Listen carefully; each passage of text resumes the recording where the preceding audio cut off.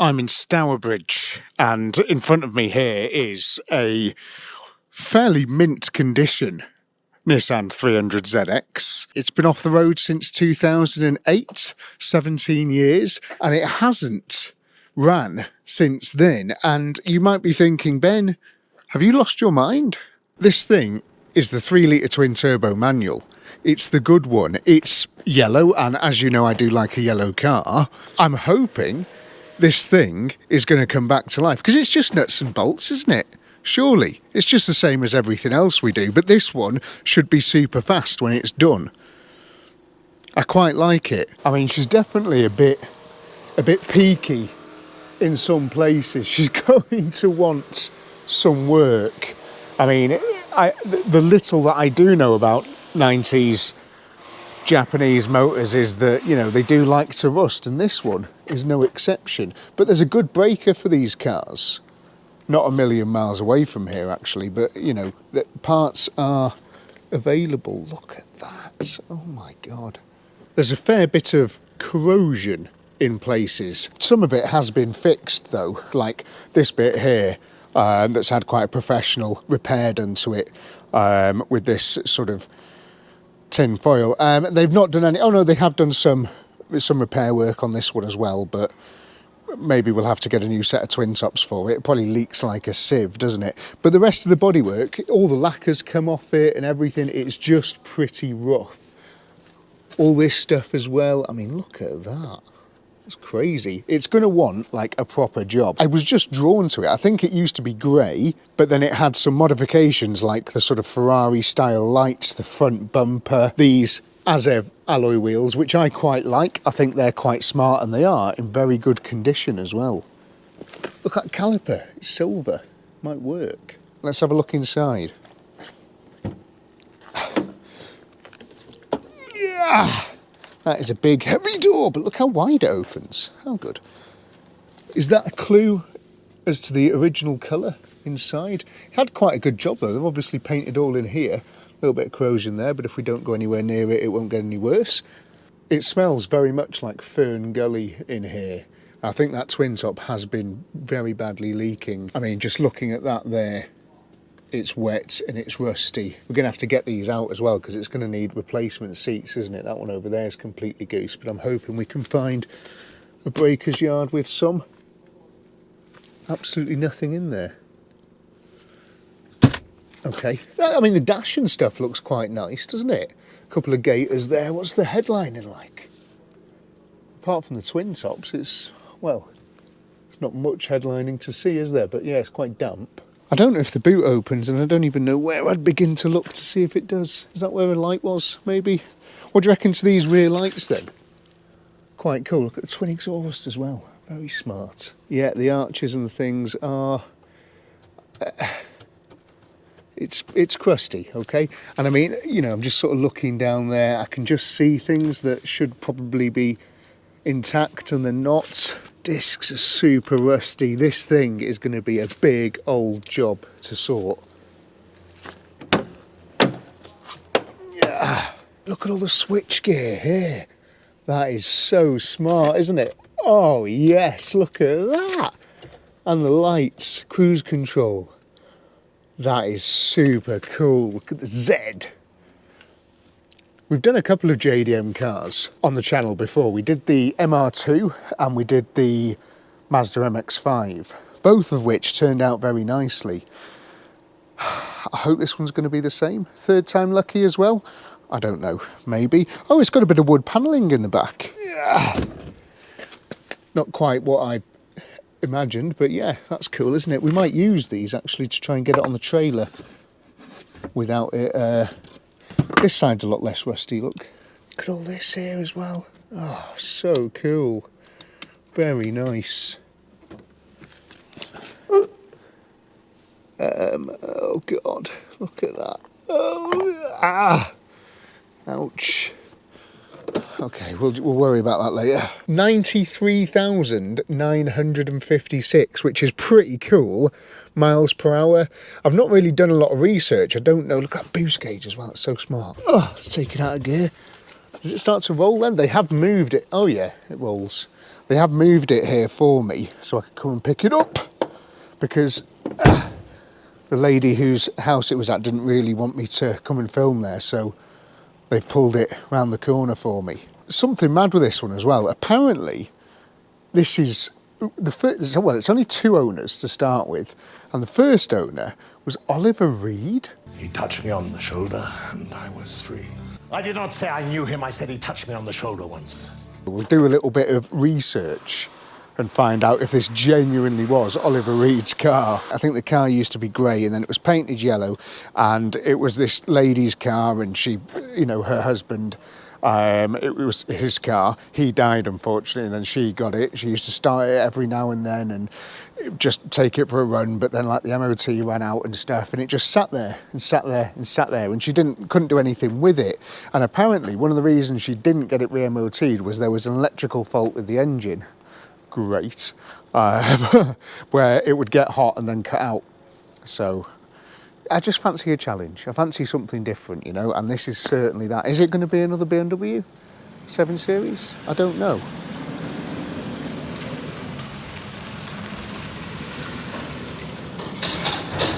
Bloody hell, can't park there, mate. Made it home safely. If you notice, she's on this Yaz 9994 number plate. When you see a number plate like that, it usually means the car is an import of some description, or it's had like a plate change and someone called Yaz has had it. But in this case, it's a Guernsey car, right? Check out this first owner. State of Guernsey, registration book for a mechanically propelled road vehicle. Marvellous.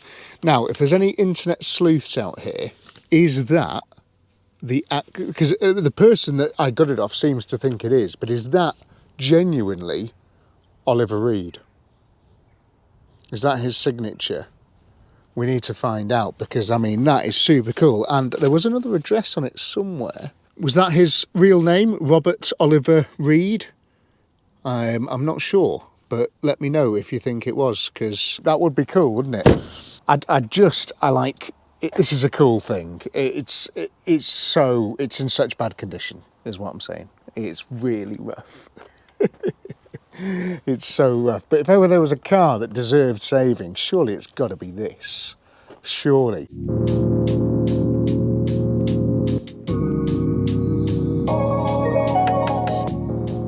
A while has passed since I picked the Fairlady Z up. Do you know why it's called Fairlady? Why? So the president of Nissan at the time went to America and watched a Broadway show called My Fair Lady. No way. Can you believe that? And then he went back and went, I think I was going to do an accent there, but not doing it. I don't want to get cancelled. But he said, yeah, maybe we should call it the Fair Lady. And that's what he did. Happy days. Did a good job. Yeah, he did. They're really cool design cars, aren't they? It's a fitting car for the name, I've got to say. It is. Right, let's get the bonnet popped and we'll chuck a battery on it. Back to the 2000s, man. I've also noticed this sticker on the back, and I've been able to sort of decipher it a bit. It says tuned by Track Art 01233. So if you know that company, does that company still exist? Might be interesting to see if they've got any history on this car and how it's ended up like it is. Rob has just pointed out as well that these have like LED washer jets. So we need to find out if they work. That's that is a proper fast car, max power era stuff right there, isn't it? It really is. All right, give it a tug, Rob. Oh, hello. Easy. Wow, that is shoehorned in there. Oh my God, look at the neck of this thing. This horribly corroded lump of Japanese metal right here is a VG30 DETT twin-turbo V6 engine. It's supposed to produce anywhere between 280 and 300 horsepower, but no one really knows. It is a good engine though, and it's supposed to propel this thing from 0 to 60 in about 5.5 seconds, which back in 1990 was blooming quick. First impressions are the brake fluid is, well, I mean, it's like brand new, isn't it? So if that's anything to go off, then the cam belt must have been done in the last 6 months, mustn't it? Oh, hang on, no, it's been parked up for 18 years. Sure you haven't already worked on this? The cam belt is hidden under these covers, and I mean, potentially we could just peel that one back slightly just to have a little look. and see what it's like before we do try and spin this thing over. Oh, I've just noticed what looks like the wiring for Oh, the... no. We can hook that up. So. Oh no, oh no. Inner wings are, I mean, yes, just you scrape that back a bit, be fine. Just look at all the pipes though, I mean, Jubilee clips and things, could be worse. Look all right, isn't they? I mean, this toxic furry stuff, I don't know what's, I don't know if I want to even touch that. It's rough as, isn't it? It is. I've never seen pipes go furry before. No, me neither. A rusty. Right, we need a 10mm for that one. Oh. Oh. Oh, oh, Flashy lights. it's coming to life. Nice to see you talking that down to its correct setting, Rob. Damn right. Ta-da! These keys are amazing. Have you seen that? That's proper smart, isn't it? Really cool, isn't it? Love the way I that like looks. that. And yeah, I've got a few other little bits with it as well, and we've got this fob, so should we press the fob first? Oh God, don't set an alarm off, please. Okay, well that does absolutely nothing. Right then, I think it's going to be time to see if we get any ignition lights.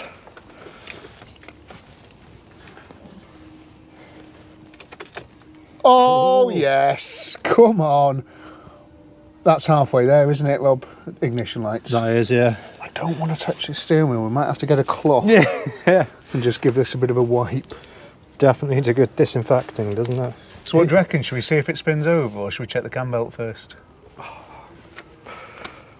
There's a lot of work to do regardless, isn't there? So, in Tasty Classics fashion, just sand it. You heard the man. Here we go.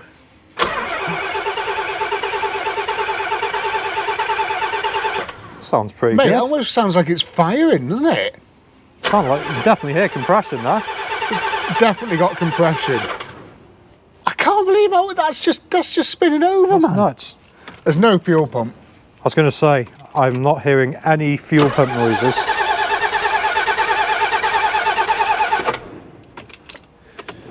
Oh, and again.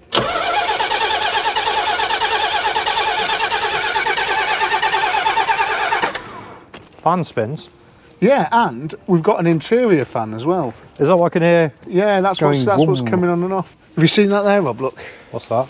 To get the key out, you have this little push button there. Oh, so you can't just, if you turn it off, yeah. Thought of everything on this, didn't I? Yeah, apart from rust treatment. Yeah. I just pulled that little boot flicker thing there as well. Oh, I. Oh, hello. Oh, yes, look at this. I've never once had, oh my God, they're working. It's like a pond. It's like a tropical climate. Oh, no. Oh, look at this thing. Oh, jeez. I even got locking wheel, not. There's a pulley there. That's always reassuring, isn't it? Oh no, what's that doing there? Oh, no. I tell you what though, I mean, there's no huge hook. Oh, Probably best just putting this back, I think. oh yes. Oh, dear. Again, is there any hole? There is a small hole there actually. I Oh, can no. see. Yeah, but there's like factory small holes there anyway, so one more's not going to hit. Oh, Yeah, actually, just drill no, it out to make. There you go. Oh, it's factory. Looks factory now, isn't it? Amazing. What's that? Moisture management by a Seabird. And that is definitely where a rat has lived. I think your fuel lines are there as well. Oh, yes, there we go. Bit of matte black. Matte black. Didn't it used to host Top Gear? That was Matt LeBlanc, wasn't it? Yeah. Just looking at this fella here, his fuel pump, there's an access port there. Okay. Which is going to be underneath all that lot, which is pretty cool. If it is that. At least we don't have to get it on a ramp at this point. Yeah, so what I'm going to try and do is see if it, I mean, that's just hollow, isn't it? I just wanted to see if it was locked. It's a well-used hole, that, isn't it? Right, well, I'm not going to do that. I wanted to see if it was like an immobiliser thing. Plan now, I think we should get this thing on the trailer to the new workshop where it's all clean and nice and warm. Yes. And we should strip it down. There's only one thing for it then, isn't it? Let's get it on the trailer. If you're smart and you do this all the time, you'll know that it's worth, while you're transporting the car that you're trying to resurrect, fill it full of fuel at the nearest petrol station, because then you've got nice fresh fuel in it. But the problem is I can't get the fucking cap off. It's locked solid in there, and you can see someone's been in there and like, it just doesn't look like it's been wanting to come off. That's had a set of these on it before, isn't it? It has. Very present. This is the fuel cap removal hammer.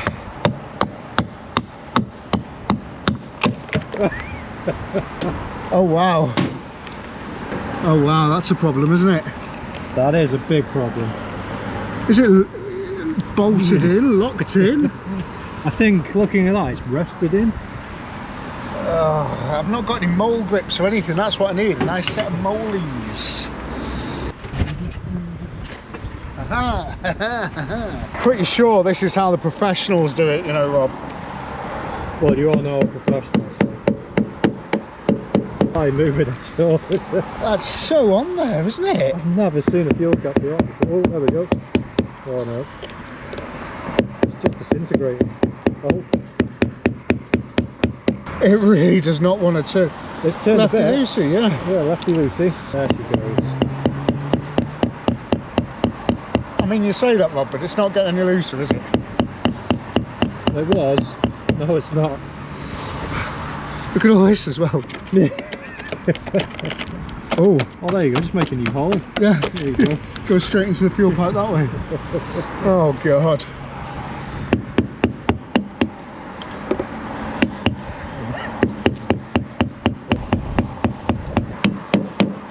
What have they made this? Why have they over-engineered this fuel cap so much? Why won't you just unscrew, you miserable fucking thing?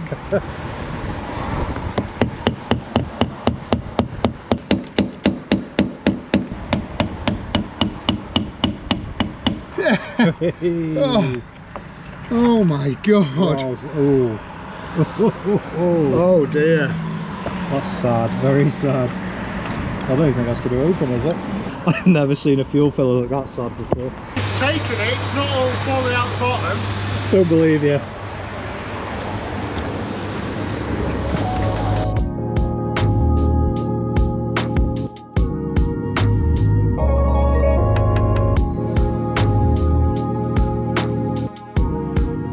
Back in the shiny new workshop, first job on the list is getting these T-tops off so we can get inside it a little bit easier.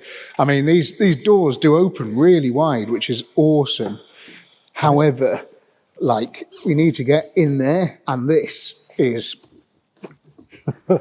it's just locked solid. It's so... everything's so rusty on this car. I think these might fall out, you know. I mean, look how much rust is around here. Do you want to try and take that one out then? Shall we go? Right, how do we open? Oh, hello. Okay, and then that should. Oh. Oh, wow, as easy as that. Little bit of corrosion there, but this bit, this middle bit here, is pretty sound. Oh dear, I say that. Look at that, there's some holes there, Rob. Oh, all around the windscreen. Oh dear. Is she religious, this car? Very holy. That was a good joke. A good clean fun on this channel, isn't it? Although this one doesn't want to release. Oh, it's making some funky noises. I wonder if it's got something to do with all the tin foil that's like wedged inside. Yeah. Oh, there we go.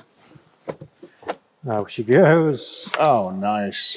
Oh, I saw quite a lot of things fall off that when you picked it up then. That one's seen better days, isn't it? Yeah, look at all this. You could save that and like... wrap your sarnies with it, couldn't you? Well, yeah, this is it. Waste not, want not. Yeah, bit of crap there. That looks all nice though, all around there. In here, again, bit of crap, but not bad. Other side's worse, which is very surprising. Look at that! What is it? Is that a tin foil mirror? I think it actually is, isn't it? Someone's done that. No way is that real. That's so weird. What is that all about? Look at this interior though, it's proper smart, isn't it? Really like how everything looks. It's really, really cool. Oh yeah, a little pop-up spoiler. Oh, a wind deflector, isn't it? That's cool, isn't it? Is it supposed to just bounce up, is it? I think probably, yeah. Yeah, if it wasn't so terribly badly corroded. Like the rest of the car. Look at this mummified wasp here. It's cool, isn't it? It's like floating in midair as well. I think he's going to come back to life and sting you on your bum. You've got to call this car the Wasp now, haven't you? Oh, that's a good name for it. Right, I'm just going to clamp that on there, which will hold the boot up, and then we'll empty everything. Zero corrosion on that. That'll go again, won't it? Whoa. Will that go through there? No, bolt. 10 miller. Do you know what car this reminds me of, Rob? What does it remind you of? The Pontiac. Oh yeah, a little bit. It's got the Like same same vibes, doesn't it? Yeah, it's absolute rust bucket and full of water. I was talking about the sort of bathtub design. But yeah, that was a twin top as well, wasn't it? It was, yeah. A reoccurring theme of these twin tops, isn't there? Yeah, complete rock boxes. Yep. Oh, hello. Oh, someone's made a little nest in there, haven't they? Oh my god, no wonder it doesn't work either. If it's this rusty on top, what's it going to be like underneath?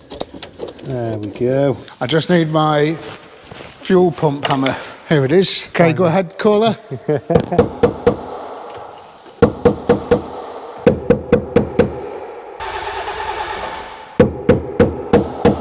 Ignition is on.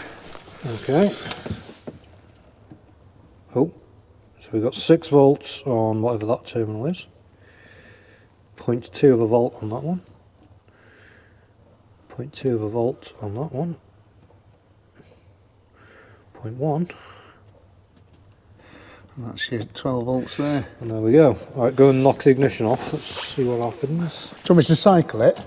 Yeah, so that's off. No power. On 10 volts. 7 volts. So yeah, that's... No dice. Yeah. So... Let's yeah, I think the pump's dead. Let's get the Hoover, get rid of all this, and then we'll unbolt it, try and remove it and see if we can bring it back to life on the bench. Look at this stuff that's coming out of here. So weird. It's definitely been like a mouse's houses. Look at it. Bizarre, isn't it? That's a pretty big mouse that can carry stuff like that, to be fair, isn't it? Well, maybe this is the rat that we need to remove. Yeah. The rat you've got to get out. Yeah. I just desperately want to get my rat out. Yeah. Just while Rob's been getting the fuel pump out, I've just been playing with buttons. And you're not going to believe this, right? Look at this chair now.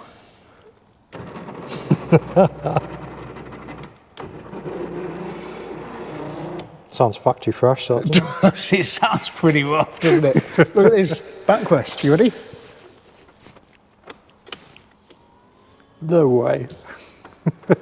I mean, this is a nice car, is it not? They're a nice pair of seats, then, to be fair. Really nice seats. Probably just get these redone. I really like them. I don't know if all Fairlady Z seats are the same, Yeah, Rob. maybe. What about lights? Hey, Rob. Here's a flash. Rob, do you recognise those lights? What are they off? They, my friend, Eh?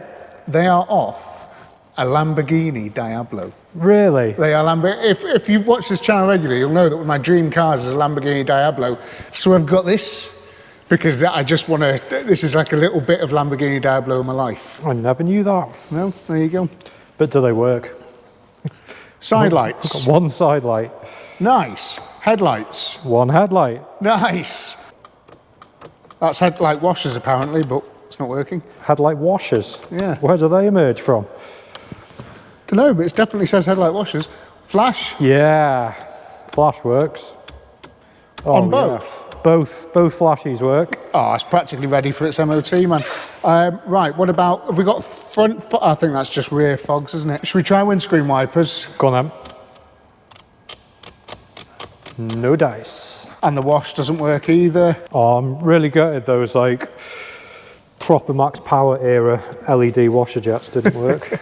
Is your electric mirror moving? Nope. That's dead. Oh well. What about this thing here? Check out this, this is the coolest thing. But also we've got, I'm sure that did come to life. What, the radio? No, the blowers, internal fans, but It was yeah, making noise at the old unit, wasn't it? it was. Maybe it just needs more charge in the battery. Potentially, yeah. It might do, you know. Let's try this thing. Oh, no way! We've got tunes. That's crazy. Noise from all the speakers, that's cool. I'm amazed it's still got the original radio in. That is so cool. Well, yeah, smart, isn't it? Yeah. I can also tell by this that I'm pretty sure... $300 and you'll be my mistress. Excuse me. Okay, Carl. I'll tell you what, I'll give you 400 if you just sort some of your nasty holes out. I can tell this is a UK spec car because of that. Yeah. Unless someone's fitted it, but I'm pretty sure it is a UK spec car, not an import. And everything on here looks mile per hour. It's, you know, it's got all the signs to say that it is a UK car. It's also got high cast there. Can you see that? Oh yeah. Do you know what high cast is, Rob? Oh, no. Tell I've been reading up on these cars, can't you? Come on, educate me. What is it? High cast is rear wheel steering. Oh really? Yeah. So it's got a little bit of rear wheel steering on it. Oh, tax disc. Oh wow, there we go. 2008. 2008. Last time this thing was taxed on the road. Oh, that's gross. Anything else we can test? Oh, indicators. You haven't done the most important thing yet. Horn. Yeah. Oh, thank No, God. there's nothing illuminated on the outside of the car. Oh, hang on. One is. We have a indicator. That one didn't want to work properly for a second then. Right, horn. Oh, no Horns dice. never survive, do they? They don't, do they? Come on. Hey! That didn't seem too tough, Rob.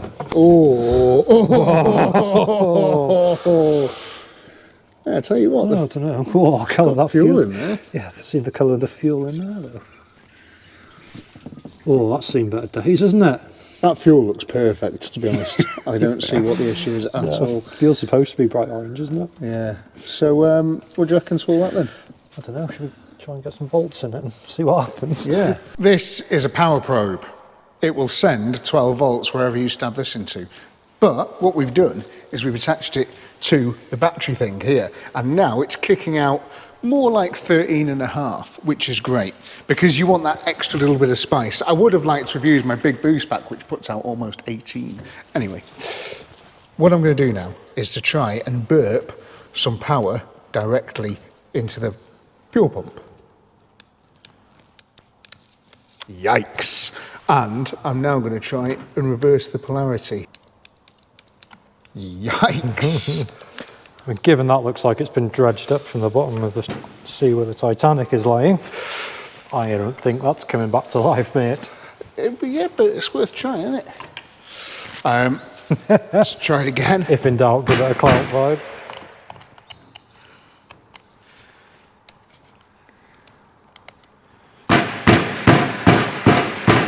I've been shopping. I went to Demon Tweaks, which is only up the road from us and sells universal fuel pumps, which allegedly should fit this thing. This is the old one.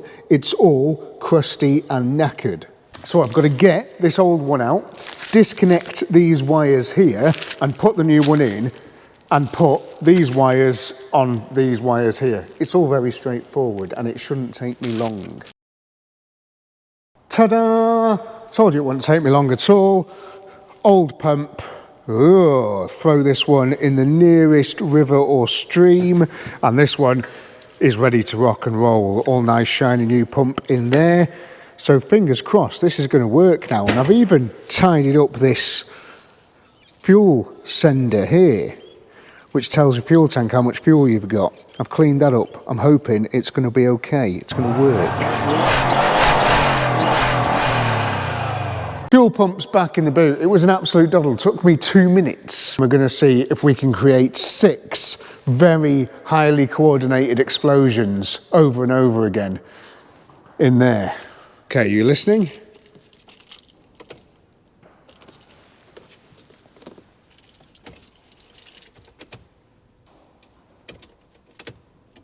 I can't tell if I can hear it or not. I think I can. There's too many seagulls. Yeah, I think I can. Okay, here we go. Battery's a little bit dead. Let's get the boost pack on it. The more I look at everything that we're doing on this car as well, the more holes I can see in the body. Let's try that again with a bit more power. Come on, baby.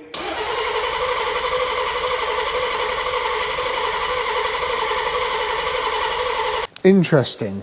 Is there a fuel rail here somewhere? There's so many pipes, I don't know which one's which. I just wanted to mention as well that I did check the oil. Any of you thinking that, why hasn't he checked the oil or anything like that before he tries to start it? I did it, and there is oil in there.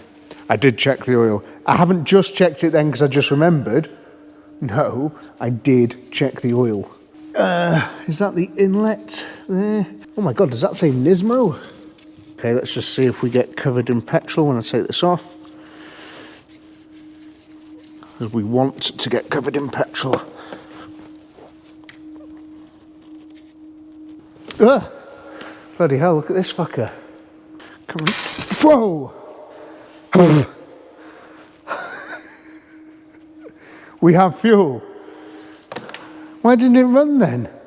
There's also now fuel all over the floor. That was, oh my God, it came all the way over there.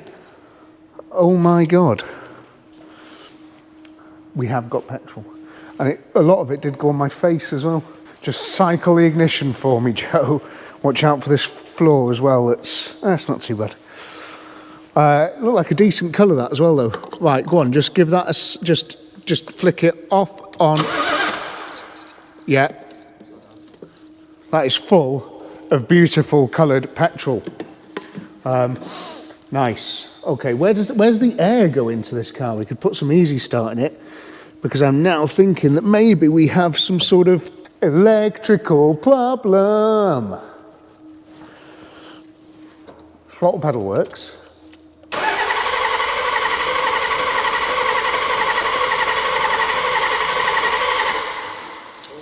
What? Something just blew, didn't it? Oh dear, this fuel pipe has burst.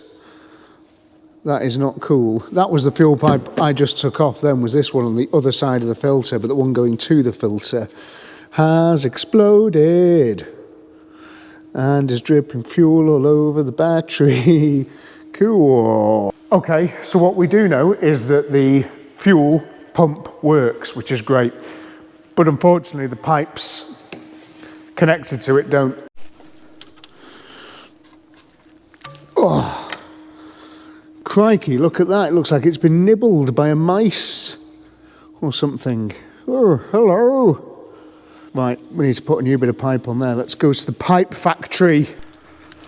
There we go, that's changed. Cue all the people sat on the couch who don't do anything going, I would change all of the rubber pipes on that car before even attempting to start it, and I'd change the cam belt, and I'd change my underpants if that just happened to me. But no, let's just change the pipe, try and start it again.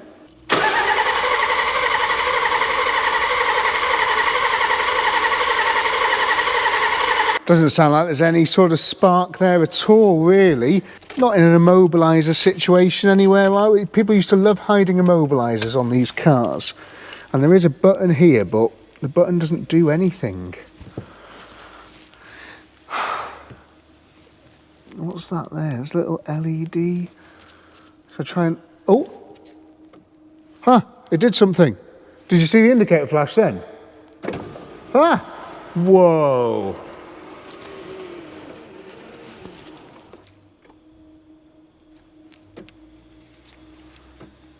Okay, well that button has come back to life, and I think maybe it's unlocked it or something.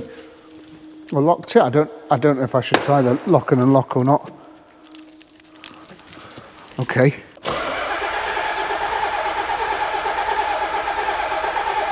Got a couple of bars of boost then. Every time I shut the door, rust falls on the floor. Alarm?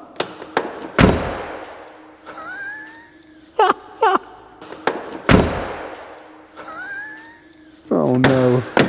Will this car ever go back on the road? Not if it doesn't start, it won't.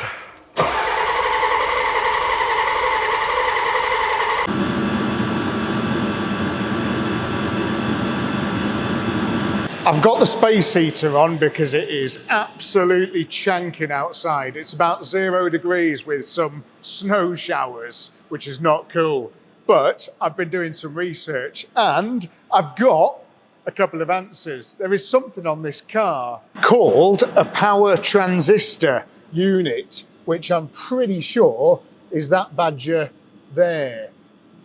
And that power transistor unit is a little bit of a weak spot in these engines due to where it's placed on the car. And apparently when they're sat there, they can get hot, they can get damaged. There's just not great.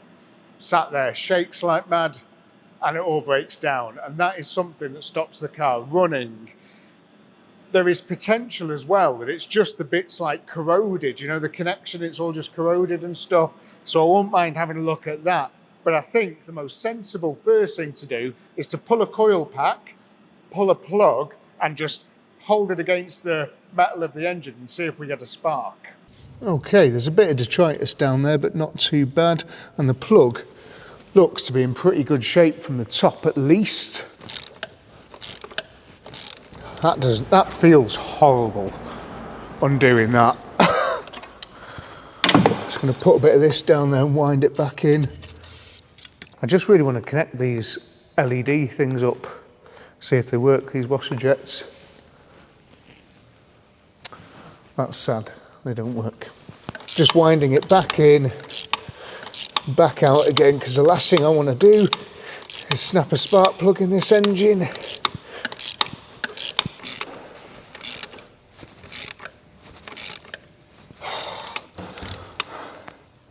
Genuinely feels so bad.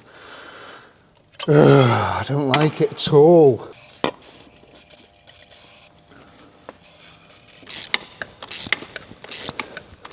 One really annoying thing about this car is it slopes down and the nose is really long. So like, you've got to do a weird stance to work on the engine. Right, we're coming out. We're coming out. Oh yeah, thank God for that. Don't think that's been out there, out of that hole for a very, very long time.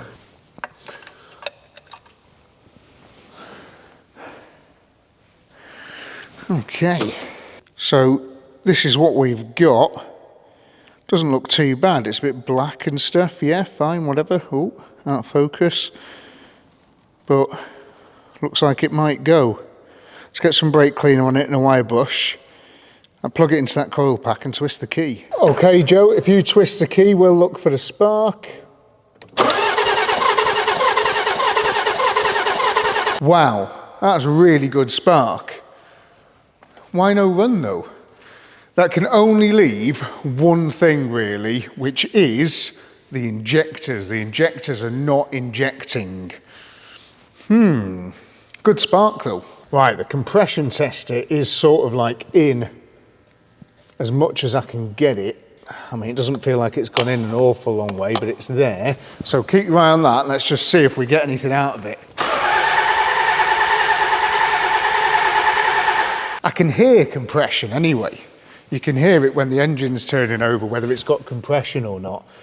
And I mean, that has got 225 or whatever centimetre cube squared of PSI, pounds. So it's got loads of compression. I'm 99% sure it's going to be the injectors, and it might be whatever controls the injectors rather than the injectors themselves. I've just wrestled with this boost pipe, right? That comes from this bit here, which I think goes to an intercooler and goes into this sort of air intake here where your throttle is, which is, I think, when you open the throttle, the butterfly does move, which is great. So it is getting air in, because we know from the past that that can stop a car starting as well. Anyway, because that's one of the three things you need, isn't it? Air, fuel, spark. But there's another reason I've taken that boost pipe off. This power transistor unit here controls the spark, right? But we know we've got a spark. I thought it controlled the injectors as well, but it turns out it doesn't control the injectors. The injectors are actually controlled by this weird looking thing here, which is the crank angle sensor. Now, this thing is what you use to adjust your timing. So you can see that there, that bolt, you can move that from side to side if you loosen them all, and that does your timing. But that also sends a signal to the ECU to tell the injectors when to pulse. And it's possible that that isn't working, but it's also a possibility that we have a fuse down or a relay down, or the ECU sort of, you know, bits where it all plugs in is all crap. So it's going to be a case, I think, of just methodically going through all of the connections, wire brushing everything, cleaning everything up, and keeping trying it. There's no other way around it, really. We just have to sort of get stuck into that kind of activity. I've just taken the fuse box cover off, and I've got myself this little doohickey, which I bought from Sealy for about 12 quid, and it's dead cool. Watch what it does. All it is a fuse-sized continuity tester. So if you put it on a bit of metal, it checks for continuity. Now, all these fuses, instead of pulling them out and checking them, we can check if anything's blown. So that one's fine. That one's fine. That one's fine. That one's fine. That one's fine. And that one's fine. But of course, again, from experience, that doesn't mean that those fuses are fine. The bit that it sort of, you know, goes into, the pins, might be knackered. So I'm going to have to take those fuses out and replace them and clean them all up and stuff. So that's just a quick check. This here, though, is a kind of easy start. And because I've taken this boost pipe off here, I can just chuck a load of this down its neck and see if we can get this thing to bark off just for fun. Should we give it a go?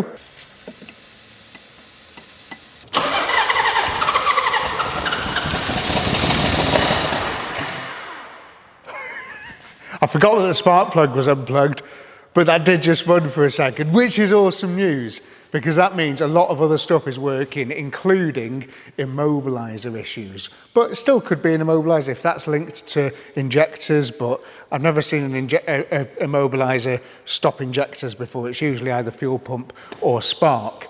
Anyway, let me put that spark plug back in and we'll try that again. Okay, let's try that again with the spark plug in.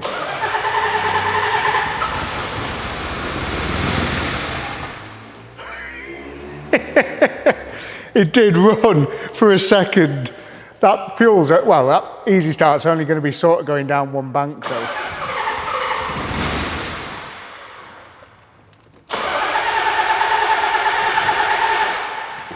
Amazing.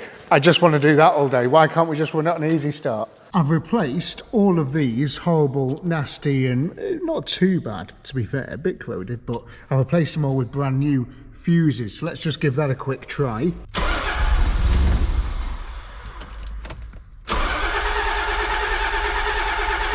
Nine boom held. That is not the problem.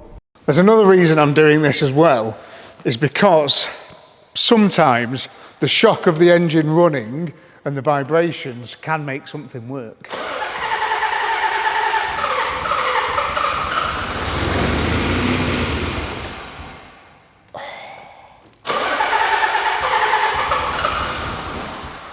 It's great to hear it run though. That was running on all cylinders then for a brief second, which is awesome. So that has ruled out a lot of stuff, and I now know I just need to get those injectors going. I'm pretty sure that's what it is. I'm just going to attempt to get this thing out here, but it is worth noting, look at this paint mark here. So at some point this CAS has been out, and that's it there. But also there's a bit of paint there. I wonder, you know, has this been put in the wrong way or something? Or is that paint there? Where's my little... That's paint there, isn't it? See that there? So it looks like that is someone's timing mark right there. You can see they have put it all over it. So, okay, interesting. It's definitely been out before though. I just dug out all the old paperwork again, and there's loads of like good service history and stuff with this car. But look at this as well. Robert Oliver Reed. This is his first logbook for the car. And this here as well shows 8th of August 1990, it's a 1990 car, brand new in Guernsey with the reg plate 25883. That's when he bought it, which is amazing. So yeah, properly Oliver Reed's car. That's so cool, he bought it new. It's amazing. It's also not on that Yaz number anymore, it's on H654HKJ. In the service history as well, there is a cam belt in 2006, so that's sound, doesn't it? Don't need to worry about that then for at least another 8 years. I've been looking through this service history now, just to see if there's anything that can give me a clue about if that was replaced or anything like that, and there isn't. There's nothing. So I'm going to try and find one. I have just had a quick look on eBay and there is none. There is none of these cam angle sensors, which is a problem. So, because I could do with a replacement one. I'm going to take that one off, clean it, clean the connections, follow the connections back, just clean everything up and just hope something happens there. But otherwise, yeah. Where am I going to get one from? This could stop us in our tracks massively. I've noticed a lot of the breakers just haven't got them because they must sell immediately. Anyway, I'm going to keep playing. Right, the maddest thing has just happened. All I've done is take the bolts out of the cam angle sensor and I've got the microphone in my hand because I want you to hear something. 6 injectors on this engine. I'm going to put the microphone near them. Watch what happens, or listen for what happens when I spin this.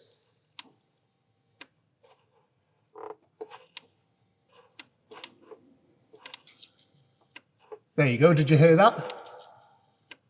That is an injector injecting fuel into the engine.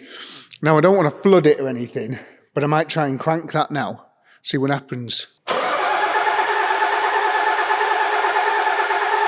Interesting, why? I could definitely hear that injector injecting then. You know, you can hear like the like there's a sort of that could be the sound that one injector is firing, and I could only hear one injector firing then, but that's also because the sensor's only going sort of one way. I wonder if the injectors are just stuck, so if I tap them with a hammer they might come back to life. I'm just going to put these bolts back on there. Right, let's find one. There's one there. Okay. Turn him over, Joe.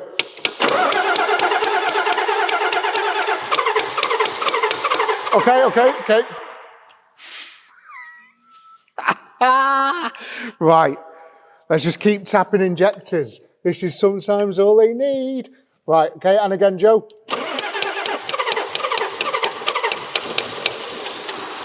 Okay. Right, we must be getting a signal then. There's another one there. And again, Joe. Okay. Oh, what was that?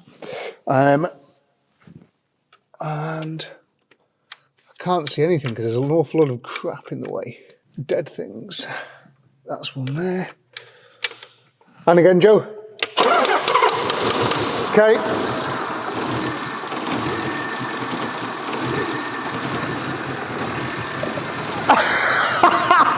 Come on! Oh my God, she runs. She runs.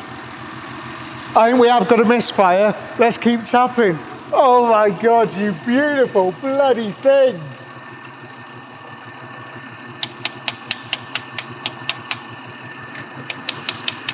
I'm just fine tuning, yeah?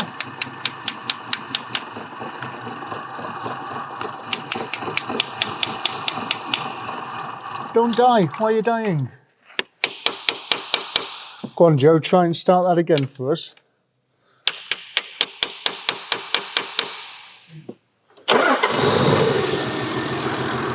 That sounds better. That sounds a lot better.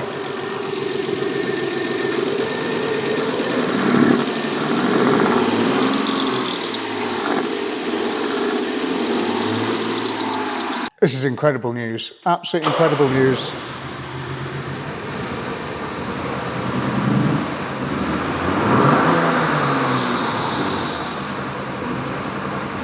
Doesn't want to rev up. I'm only tickling the throttle. I'm not doing anything. I'm just little tickles. She's got to come back to life of her own accord.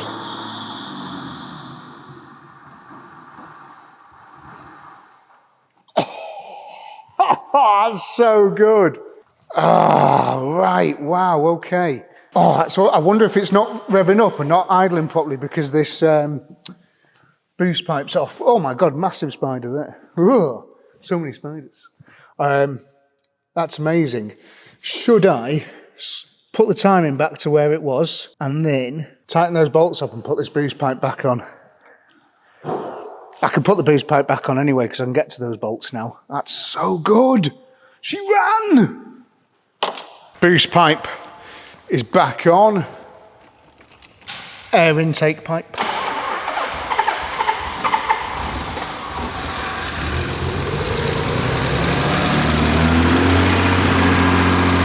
That sounds so sweet. Oh my God. Please stay running like that because that was the best. Why? You don't need to run any differently to that. There's not even a drop of smoke coming from the exhaust.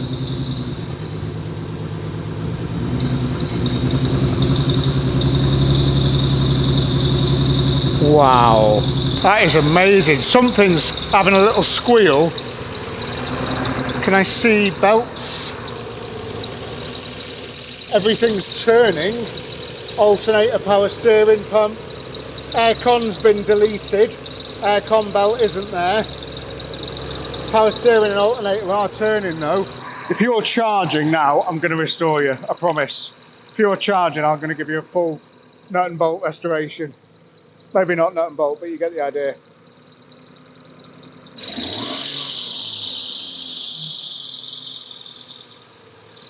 It's going up ever so slightly, 12.8.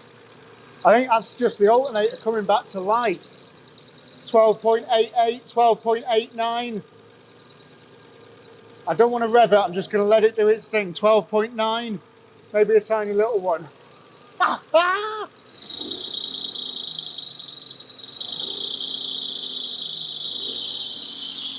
13.10, 13.20, 13.25. Come on, baby. What are we like in the dashboard? We haven't even got any engine management lights on. Do these have engine management lights on? We've got a rev counter. No fuel gauge. Temperature gauge is going up rapidly as well. Now, I've not checked to see if there's any water in this thing at all, so I'm going to switch it off again, do all the levels. Getting this thing running, though, is that amount of work. Getting this thing back on the road is this amount of work. It's going to be a huge ordeal. But that's always a good first step, isn't it?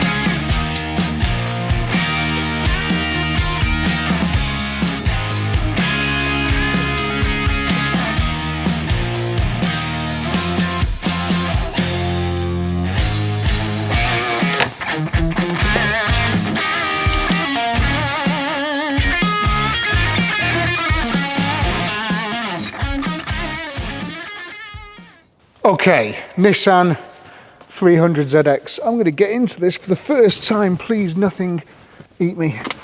Might have broken that. Fuck me. This is, sorry for swearing, but this is unbelievably cool in here. I feel like a fighter pilot. This is amazing. We know it runs. We've done that. What's in here? Oh, there's a cam angle sensor. That's not really. We know it runs, but will it drive?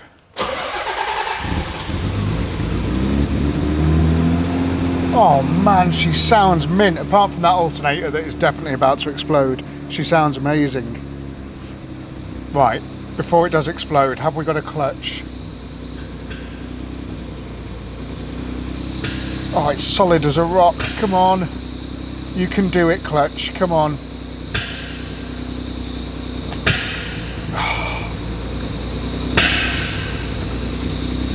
Ah. Oh. No, it's gone. I think I've just popped it. Just went all the way to the floor. Oh, no. Come on. That's what sitting for 18 years does for you. Yeah, that's in first gear now. And the clutch is seized. Oh, come on.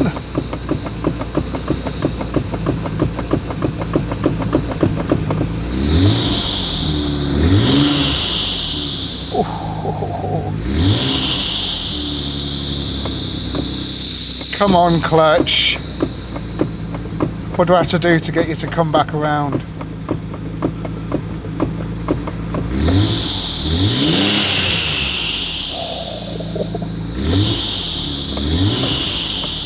Ah, okay, so we have no clutch. I'm not going to be able to move the car. It does not drive. Will it run? Yes. Will it drive? No. I think the only thing for it now, I want to get it outside so we can clean the engine bay and stuff and just see what we've got. But I think the only thing to do now is to get it on the ramp and see what's going on underneath.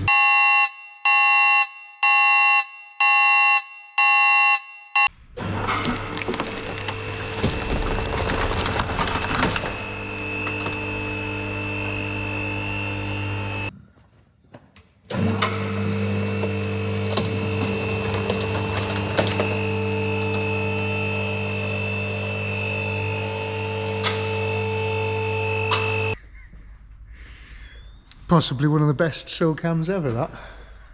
Joe has just pointed out that the car looks like it's bending in half. A good way to test the structural rigidity of a convertible or coupe, like this car kind of is. It pretty much is a convertible. It's only got a small bar in the middle holding it together. Is to try and open the doors while it's up in the air. One thing that could happen though when I open this door is that the car does snap in half. Oh well. No? Okay. And it closed nicely.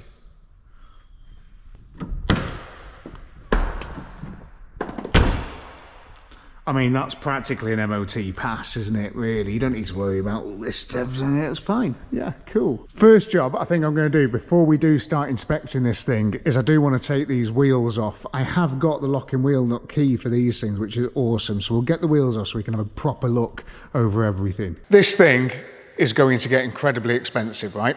And Joe has just bought me a cup of tea in a Tasty Classics mug. Delicious. Now, I can't really do all this sort of stuff without your help, and I don't know what the fate of this car is going to be yet, but I guess we're going to find out at the end of this video once we've sort of stripped it down a bit further and seen how bad this thing actually is and what it needs. But either way, it's going to cost a small fortune to get this thing back on the road. But I do think, just on face value and with how well that engine ran, that it might deserve it. So if you want to help this channel out, one thing that you can do is to buy one of those mugs and buy lots of the other amazing stuff that is on our website. But I'm very excited to announce, just as I'm filming this Nissan video, these have arrived. This is the Viking, and these are the first in the Tasty Classics Workshop editions of special car designs of the cars that I'm going to keep. And I have brought back to life and brought back to the road, and who knows, maybe that Nissan will be one of them at some point. The next one up, I think, is going to be the Panhard. But for now, I started with potentially, maybe, possibly my favourite, the Viking. It's taken me a little while to get these designs like properly boxed off. And one of the reasons is for why is that I wanted them on like the best quality gear. The other hoodies that we do, they are fantastic, but I was looking for something with a bit more arm length, because I'm quite tall and I wanted something with a bit more arm length and a bit more sort of forgiving and a bit more relaxed look. So that's what I got these for, and they're so good, so comfortable, proper high quality things. I really like them. They are £5 more than the previous hoodies, £5 more. So it may seem like they're expensive, but they're not. They're just good quality. And it's not something that you have to buy over and over again. They are good quality, they're not cheap hoodies. And it's the same with the t-shirts. You'll have also noticed that these t-shirts and these hoodies are green, and the design is like a creamy white colour. And it's because it matches the car. So I imagine the panel is going to be blue or something. Anyway, you get the idea. T-shirts wise, I wanted something with a bit more length to stop, you know, when you're reaching for something and your belly comes out like that. It's just, might just be me, I don't know. And like nice around the arms and the chest and stuff. Just a better fitting t-shirt, I think. Quite nice. And these ones, I think, Joe, these are the same price as the old t-shirts, aren't they? There's no difference for price on the t-shirts, it's just the hoodies, because they cost us so much more to make. We don't make loads on them, but I think they're really cool bits of kit. So get yourself a t-shirt, get yourself a hoodie, go onto the website and buy anything. We do the sticker books, we do the water bottles, we do everything. And every purchase that you make really, really helps the channel. And it helps me do crazy builds and all the other stuff. And I've got some wicked Will It Run and Drives coming up after this one as well. Just loads of great stuff for you to watch. And also, it is worth me saying, if you can't afford to go and become a Patreonaire or to get a t-shirt or a hoodie or something or a sticker, don't worry about it. We are still mates. Just you watching is enough. You know, I really, really appreciate you being here. You don't have to go and spend loads of money just to watch these videos, but I really appreciate it when you do. But if you could just watch the video, leave me a comment, and very importantly as well, if you enjoy stuff like this, hit that subscribe button. Hitting the subscribe button would massively help, and that is completely free. Okay, Joe is in the car, and I'm just trying to bring this clutch back to life. I've managed to loosen the bleed nipple with a bit of fire, but I would like to see if this thing does drive, even though if it does drive, judging by the state of the floors and everything, its first drive is probably going to be to the scrap heap, isn't it? But let's see if we can make it move. Up, down, and up, down, up, down, up, down, up. Give that a few pumps.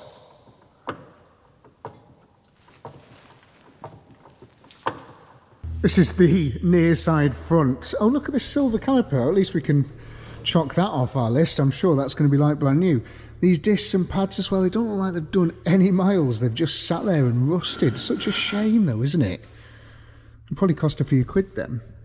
That looks fine, but all this here, I mean, bit of a sandblast, maybe some new coilover suspension.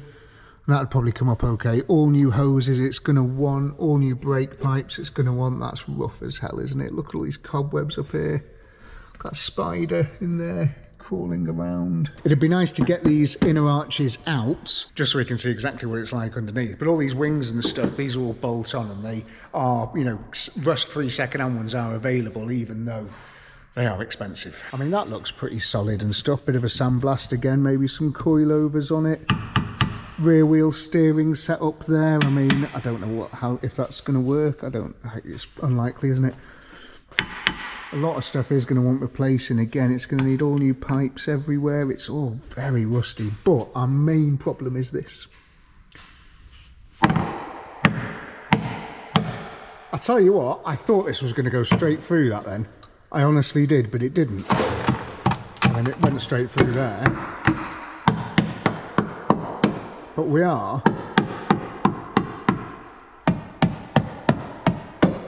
solid up there, aren't we? This arch is actually solid as well. Look at that end cap. It is just this bit. I think it has had these at some point. Yeah, that's... Oh, good Lord, look at the floor.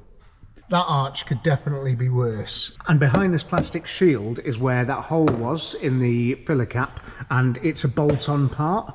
And I have seen one on the internet that's like a, you know, not totally rust-free, but I've seen one on the internet. Is this a similar story here? Well, I can tell instantly that...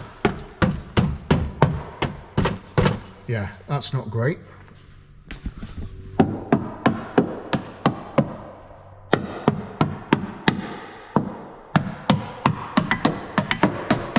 Similar story to the other side really, but yeah, this arch itself, it's gone here, and inside there. Okay, cool. Again, this front wing wants replacing. That's pretty rough. Looks like there's a bit of corrosion around whatever that is, so that would have to be sorted out, wouldn't it? But again, yeah, it doesn't look...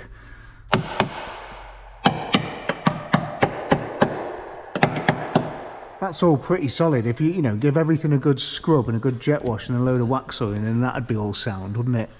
Rest of it is sort of these bolt-on bits, which... don't know what's available, but that looks like it'd clean up, and some new bushes. It's more like in here that we need to worry about, behind these things. Bottom of the wing is wrecked, outer sill is wrecked. Yeah, wants all that doing. I've seen these bits of the sills for sale, but I've not seen these bits. So, I mean, it definitely needs one, because look, the ramp's nearly in the car. Being held up by the driver's seat at the moment, isn't it? This one.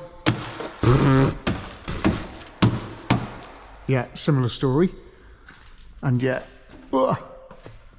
it's all pretty wrecked there as well, isn't it? And the inner sill, I mean, yeah, you can tell that there, that's wrecked, isn't it? The inner sill, that's going to be all the way up inside it and everything.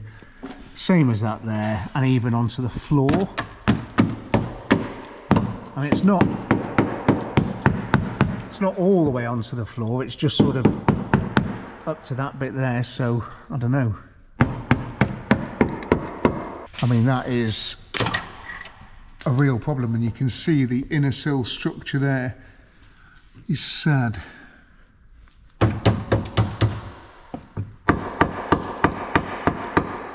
Don't know how far you can see down there either, but I mean, there's some silver bits, but it is mostly brown bits.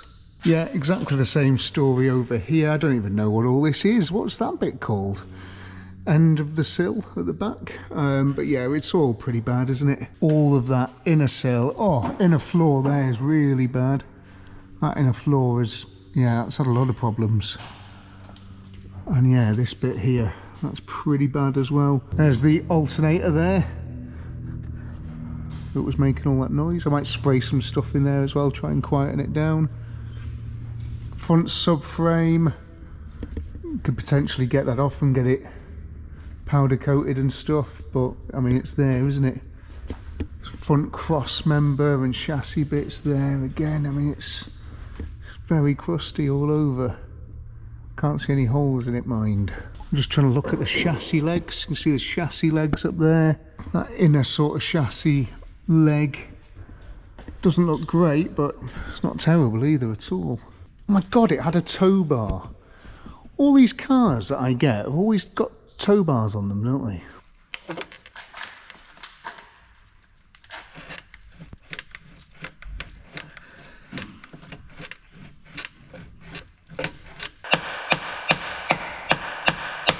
I've just tried bleeding the clutch for quite a while then, to no avail, which leads me to think that it's possibly something wrong with the master cylinder. It could be the slave cylinder as well, but when you push down on the clutch, it doesn't squirt fluid out, it just drips out, so there's no pressure behind it. It is all connected to this whole heap of stuff here though, and looks like it, yeah, it just looks like a pain. I kind of want to hear it run again though, just for a laugh. Shall we start it?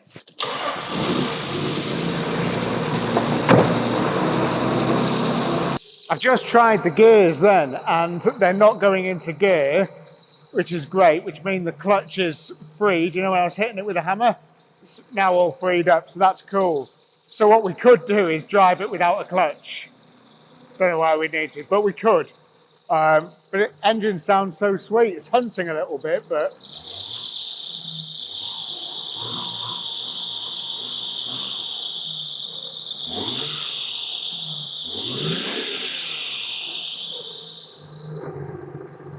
I'd love to know what that wailing noise is.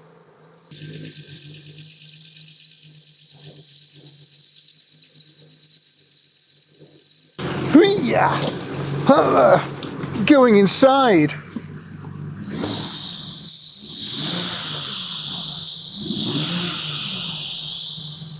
God, that's awful, whatever that noise is. Come on, clutch. Oh. Oh, going through the gears then, but it's only because it's in the air.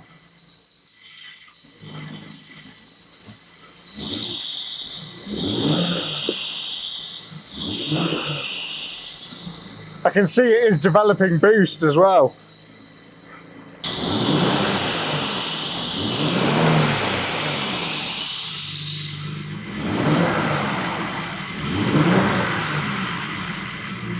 Ah, whatever was squealing its head off has obviously just blown up. Stop squealing.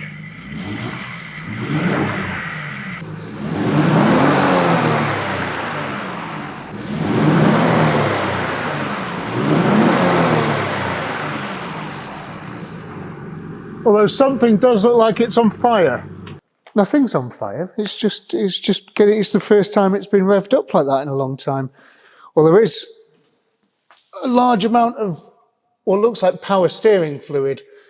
That's for the rear wheel steering, is leaking onto the floor. There is so much wrong with this car. It needs a ground up restoration, which is just a huge amount of work. I'm not sure if this thing is going to go back on the road. It is so rough. I've never seen anything like it really, and it's such a shame because it is an amazing car with a great bit of pedigree. But I don't want to write it off just yet. So I've got an expert coming down right now. He's going to walk through that door any moment. Do you remember this car that we dragged out of this garage and it was a complete basket case? Well, this is that car now.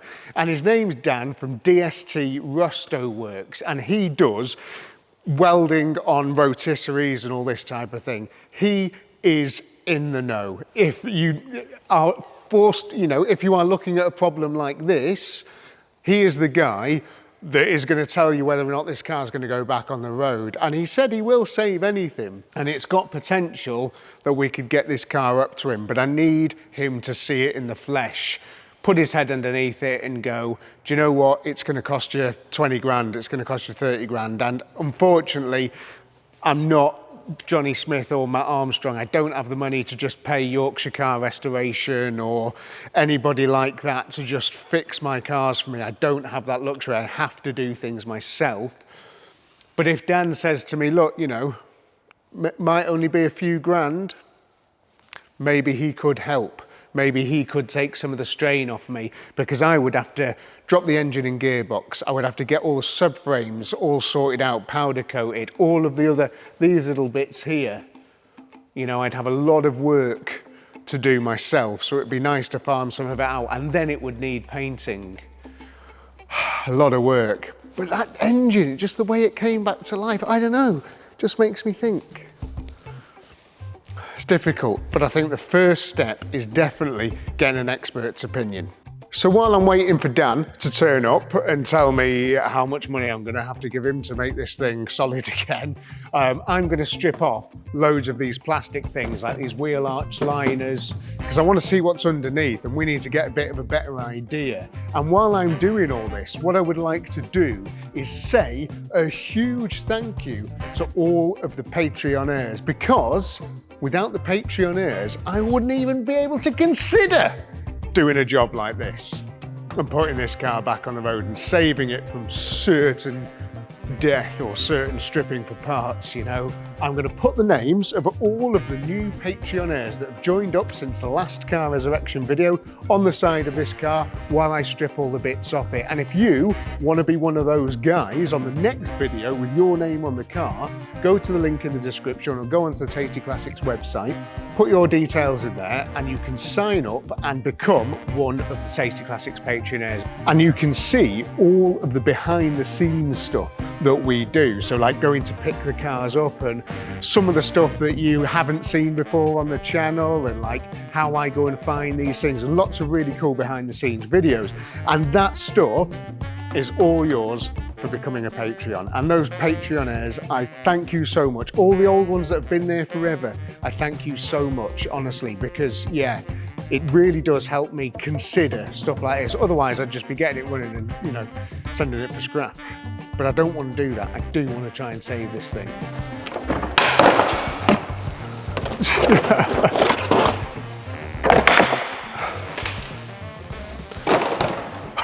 Yeah. First impressions? She's rusty, isn't she? Really rusty. Yeah.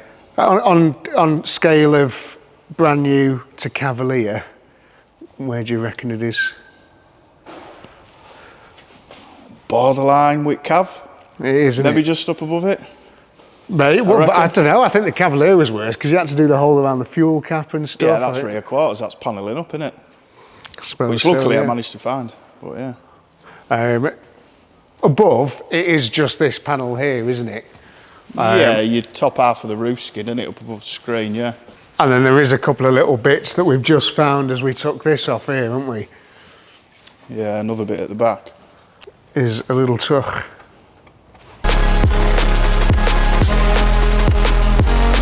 So obviously we've taken all the plastics off, which has given us a bit of a better view. And we have got a hole here, which, I mean, we had a hole there, so it was quite likely we'd get a hole there. But on this side, it's pretty nice. I mean, it's not bad, apart from those spiders up there. You see its legs. It's not bad. It could be worse, this bit. Definitely not too bad. And chassis legs and things, and the inner arch there, you know, that type of stuff. You can see all the way down that, can't you? Yeah, you can see straight into where back at chassis leg is. And all the inner pressings, they're not, well, they're kind of there, but not. Yeah. Thing is with these, you can see sunroof drain there. Yeah, just hanging It's the down, sunroof can't drain, you? yeah. So you get into there, and can I get my hand in? And it's going to be clogged, isn't it? It's clogged, and well, to be honest, it looks like the metal's in it. It's like someone's blocked them off. There it is there, yeah. Yeah. But the thing is with them, a bit more of a mod when you start replacing all this, you purposely put a piece of metal tube onto the inner chassis leg. Right. And they drain out of the outside rather than back into the sill. Ah, And it nice, stops them okay. rotting them back out, you see. Because, yeah, this is what happens when it does sit in there, isn't it? Yeah, it just, well, yeah. If you wanted to do this, there's a load of work, but what I sort of like, and I'm sure you guys at home want to know, is how do we go from here to at your place and it being sort of sorted? What do I need to do, and how do you need to receive the car? Depends how far you want to go with it, because if you want to go like full shebang underneath, Yeah. ideally, like I say, it wants to be on a rotisserie.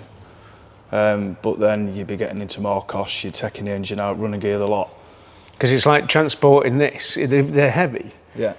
With no running gear. It's difficult, isn't it? Yeah, they're a heavy thing, aren't they? Yeah. Or you could just try and leave it rolling, strip it back as much as you can, every single panel off it.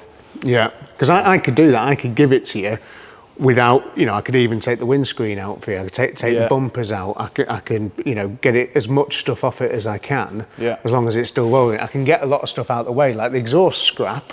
So I'll get that out the way, you know. I can get a lot of other stuff. The rear wheel steering, I can probably get rid of all that, so there's more access to things. Yeah, so deleting these, yeah, you're right. It's just, you take all that off and you just get a kit. Yeah, they normally have a pump, I think, don't they, somewhere? It all runs from the front.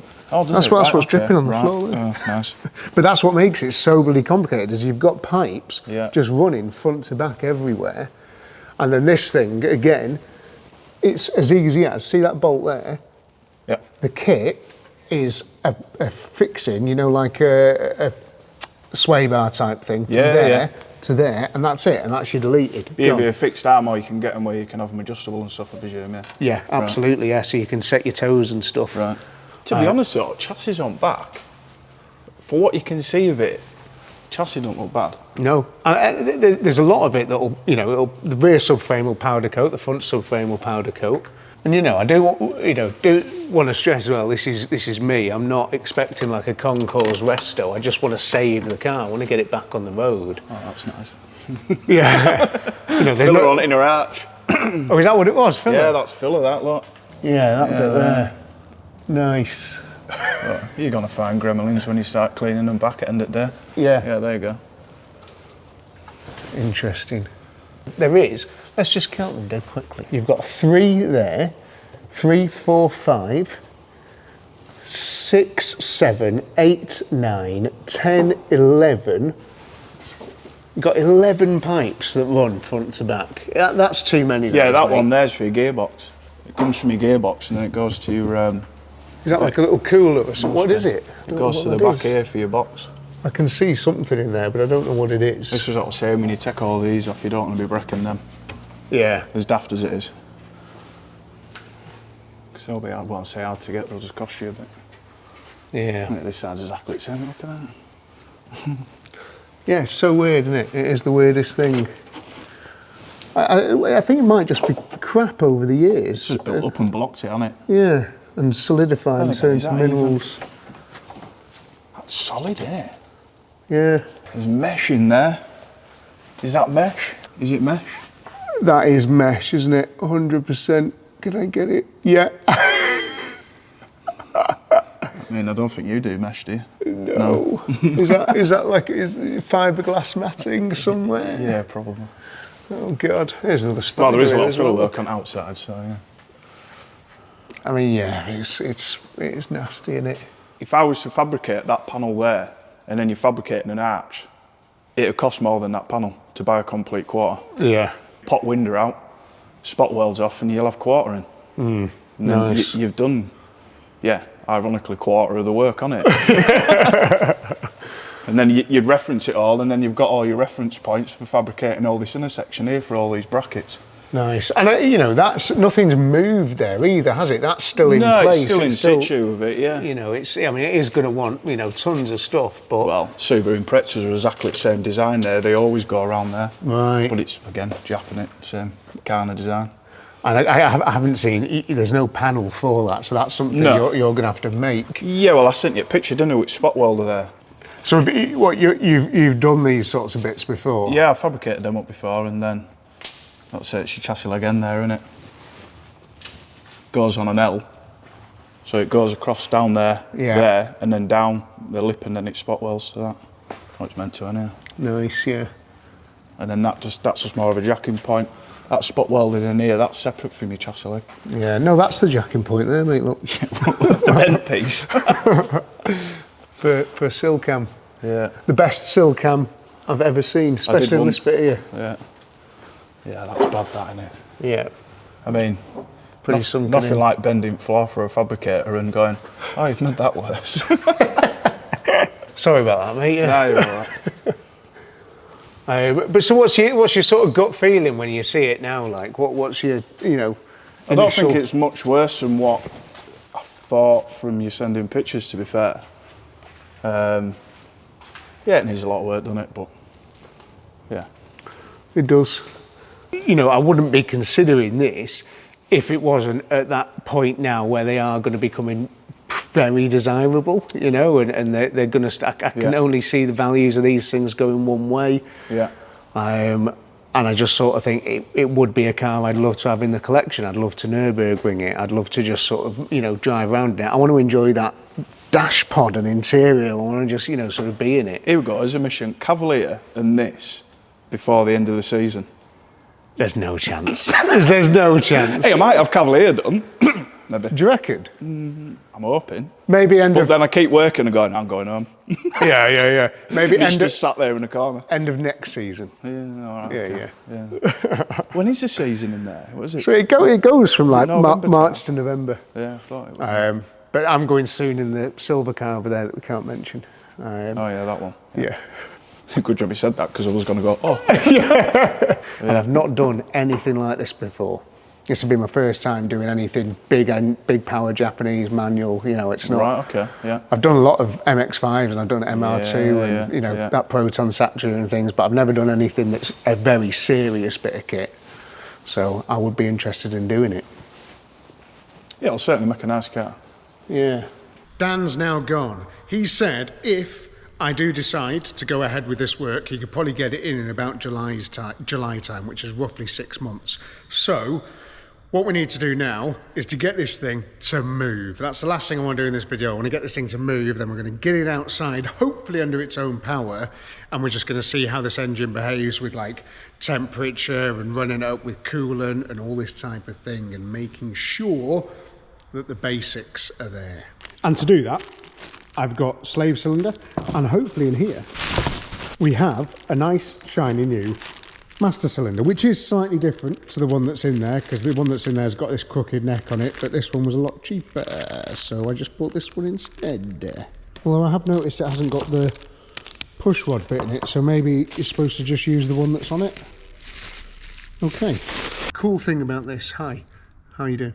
Is it's got a flexi that goes to the clutch slave cylinder, which means that hopefully this bolt, this banjo bolt here, should come out nice and easily. Why have I just said that? Compared to if it was a brake pipe fitting, which we have got at the top. And then these two bolts, it just falls away, and then you put the new one on, and it's actually quite simple. Right, will these just crack off? I'm using the big size of bolt thread stripper. Just like a dream. What size is that? When I was taking off all of the nuts and bolts for the under tray, right, none of them snapped. Now this is an old Japanese car, so by rights, all of those bolts should have snapped. They just should have snapped. That is, I've never known one where they don't snap, especially when they're as rusty as this. So what that leads me to think is that this car truly wants to live. It wants to live. It is pleading with us to save it. And it's doing everything it can in return. It's saying, look, I'll loosen my bolts, ready to receive you. Start motor would be quite an easy job as well, wouldn't it? Okay, back in a moment. And then that goes up there. Ooh. And then these bolts go in here. Tighten all that down, and then the one above is definitely going to be much more difficult. And I'm worried as well that this flexi might be like completely compressed inside or something and all rotten. I hope it's free, but I mean, I guess we're going to find out, aren't we? Master cylinder. So I need to remove as much, try and make as much. Cool, okay. Try and make as much access as you can. So I'm going to peel as much stuff as I can out the way.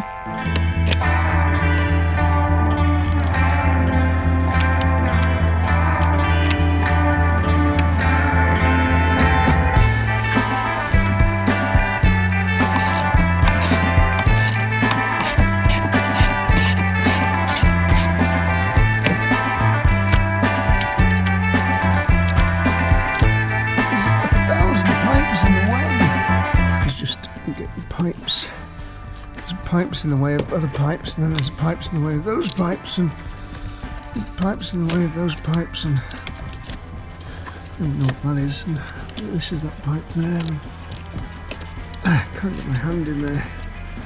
Okay, that's fine, that's in the way. So there's one bolt there. Okay, let's keep trying.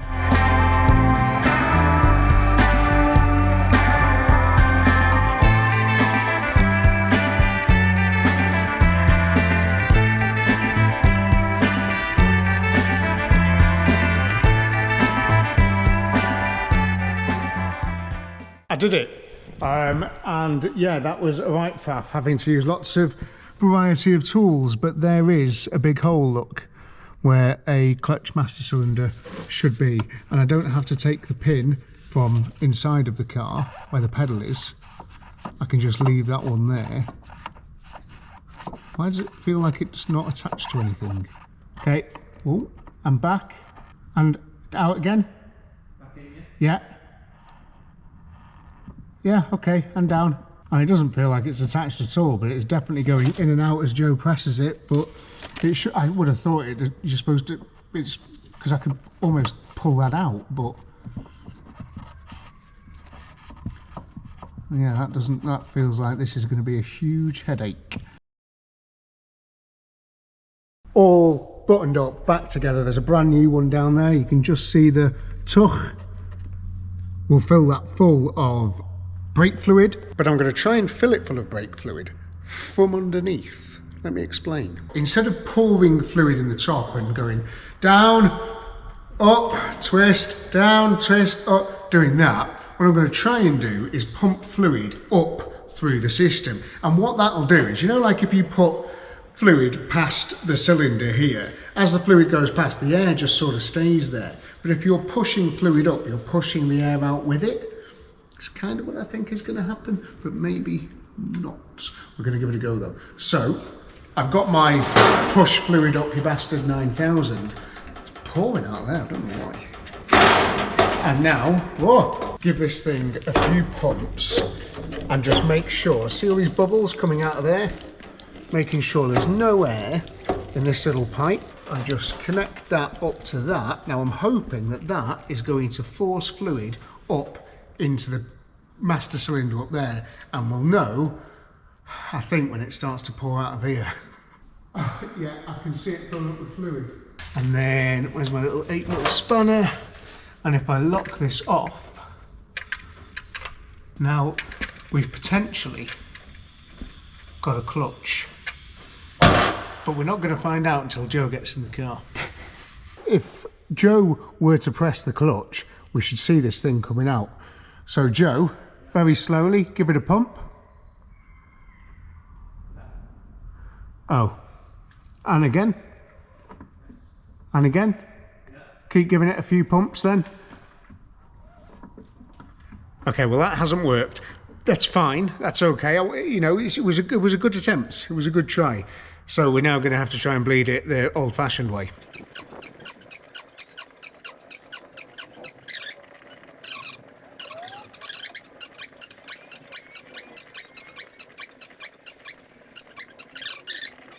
What the schmeckles is this? A random bleeding thing. I don't know what. That is... I've just went onto Google to see if I was doing something wrong because we were messing about for ages, and then some guy was like, yeah, you've got to bleed it through here first. Yeah, but what is that? What's that for? Why is it there? It should just be one pipe from the top to the bottom. No. Where's this extra thing? Oh, fuck. And up. And down. Oh, look at all that air that just shot out. That's what we want to see. Come on. Right, up. And down. That is just an air cannon coming from whatever the hell this remote bleeder's all about. It's probably off to make a new home in my toolbox. We can't get a pedal at all. We've just had the car running, and while it was running, just in case it's servo assisted, we've been trying to pump and pump and pump and pump, get everything we can out of here. Can't get any more air out of that at all. And you can see we have a tiny bit of movement, so give it a few pumps. We've just got this tiny bit of movement, and I've tried bleeding it like mad from here, and I just can't get a better pedal. There's nothing I can do to get a better pedal. Yeah, there's just nothing. And like, if I push this all the way in, sort of like back on the clutch fork, and then like, Joe, if you give that a couple of pumps, like that's me holding it. Joe says that feels really good, but I just can't get, like when you get out there, I can't get any more past that. This is where this becomes really hard to push, and it's not having it. I don't know if it's compressing air somewhere or something, but I just can't get any more air out of it. I'm trying everything. It's pretty much the last day I've got to film on this now. I'd love to spend a bit more time on it, but I need to get this video out to you guys, and I appreciate that it's already gone on for quite a while. But the reality is we've still got no clutch. We've been messing about for ages and I've got nothing. And I can't get hold of one of these flexi pipes, but what I did do is take that much further out and then press the pedal, and you can see it's shooting a lot out, so I don't think the flexi pipe is actually the problem. I'm just not sure what is. There's a bit of me that is considering it could be the actual slave cylinder itself, because I don't know if that comes across on camera there, but it's a bit wet. Right, we're going to carry on having another little bleed of it now with fresh legs and fresh arms and see where we get to.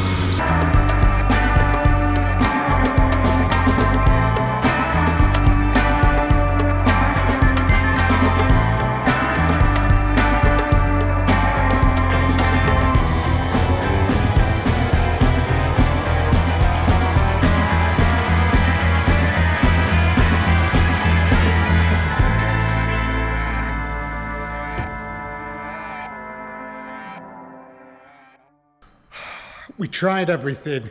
I cannot get that clutch blade, and I need to get better access to that door. So what we thought of doing is parking it up here, and then I can get access into the door, so I get underneath the dash and check that clutch pedal mechanism out to make sure it's nothing to do with that. So we're pulling it out with this thing, and imagine our surprise when this rear wheel completely locked up as we were pushing it. It is just, you can see it's skated along there. For some reason that wheel is completely locked solid. I felt the handbrake, and I think the handbrake has exploded inside the drum. Oh God!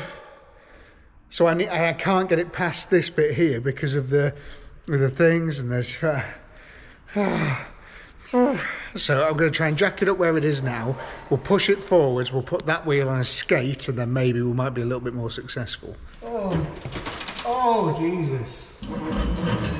Well, I just know this is the slippiest toilet. Right.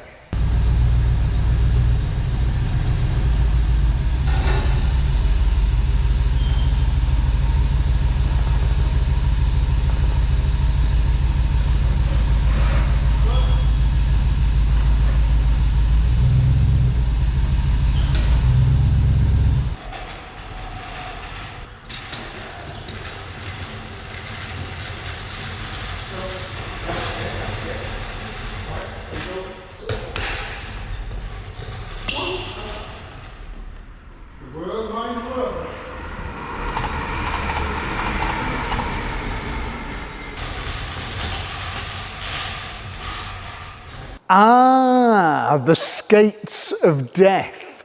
We've had to put her on the skates to get her over here just because I can't drive it and that wheel's locked on. Cool. What am I going to do with this thing? She's being a little bit of a pig now. That should have come to, and then that is just like, maybe she doesn't want to move again. Maybe she's tired and she's rusty and she's old. But what I've done, I just want to keep playing with it, and I want to do something else.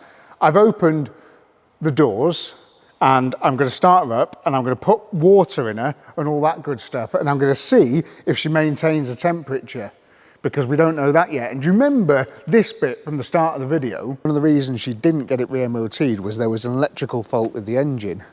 Great. Well, we've not ran it for long enough to find out if there is any other electrical fault or anything, because that might be another thing that seals this thing's deal.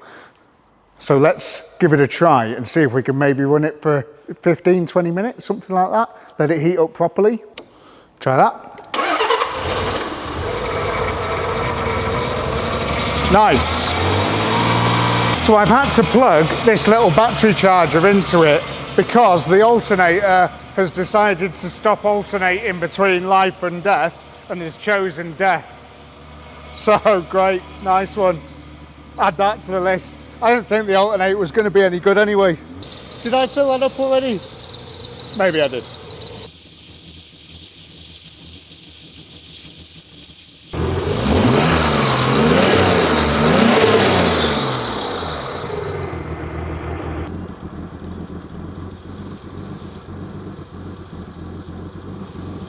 I mean, I'm a man who likes to look at the positives, and the positives are we've been running for sort of 10 minutes. And as you can see, we are maintaining a temperature. I haven't heard the fan kick in yet, but we're just going to wait for that. Alternator lights on. And it doesn't go out when I rev it, so the alternator is dead. Which is probably what you can hear squealing away. But the engine feels really healthy. And you can see the boost as well, you know, it is doing boost things. Never put your body out through the hatch opening while in the... Don't tell me how to live my life, I'll do what I want. There was me waiting for the fan to kick in, but of course it's got a viscous fan, hasn't it? It thinks it's BMW. So that's cool. I mean, it's holding temperature beautifully. It's been running for, I don't know, 15, 20 minutes. No electrical fault. I'm sure the clutch is like vacuum assisted or something as well. It's just so weird. Feels so much lighter with the engine running. Is that what that extra pipe is for? Does it run through a booster? maybe I need to do some more research, because if that extra pipe is because it runs into some sort of booster, then maybe we've got a fault with the booster as well, because it definitely feels lighter without it.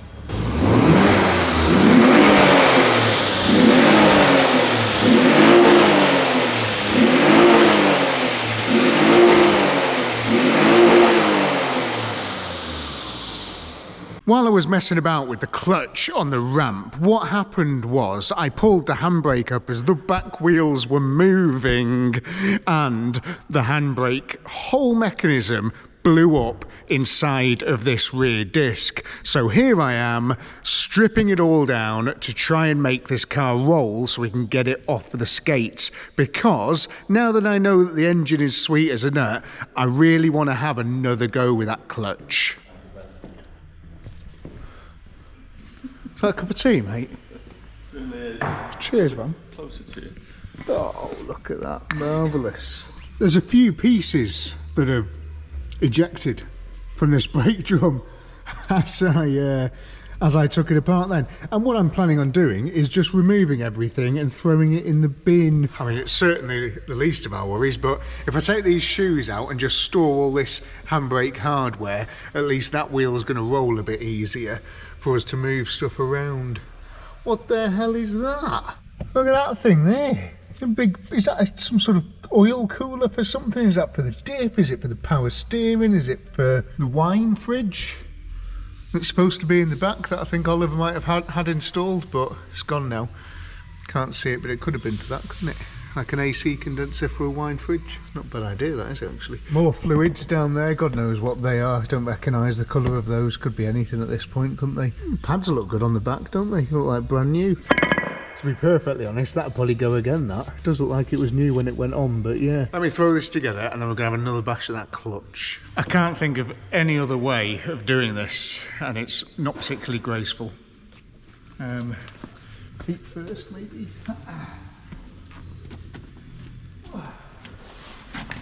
Oh, and then get the steering wheels in the way. Ow, my back! Ah, oh, pain! Okay. There is genuinely... Is that the throttle or the clutch? It's the clutch, isn't it? Can't see it. There's stuff in the way. What is that even? Why is that even there? It doesn't do anything.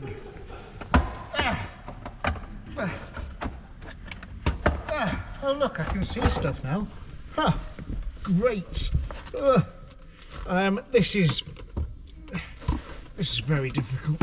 What size nut is that? I'm not making this look more difficult than it is. This is actually how difficult it is. It's really difficult to show you what's going on, but essentially, right, this thing here, there's a bolt or a nut, sorry, and on this rod, and this rod spins round and you can extend the clutch pedal. But I would have thought that just takes play out of it, but apparently it doesn't. It takes everything out of it. And that rubber bit that you can see there, that is the vacuum assistance. So it is vacuum assisted, this clutch as well, which is very interesting. It's not got, nothing would leak through there though. It was the clutch pedal itself rather than the hydraulic system. So I'm going to try and adjust that nut now, and I'll see if I can make it move any further. Because it might not need to go far to get us extra travel on the actual sort of clutch fork itself. I feel like I'm one of those cavers, you know, that like think it's fun to go down like shafts of caves and caverns and then they get stuck and die. That's sort of how I feel right now. I don't know if you can see that there, but I'm just having such a horrible time. I've tried to disconnect the thing from the thing, but then I can't hold it in place with one hand and spin it with the other, and then when I release the pedal it comes back, and I'm not having a good time. I hope this works.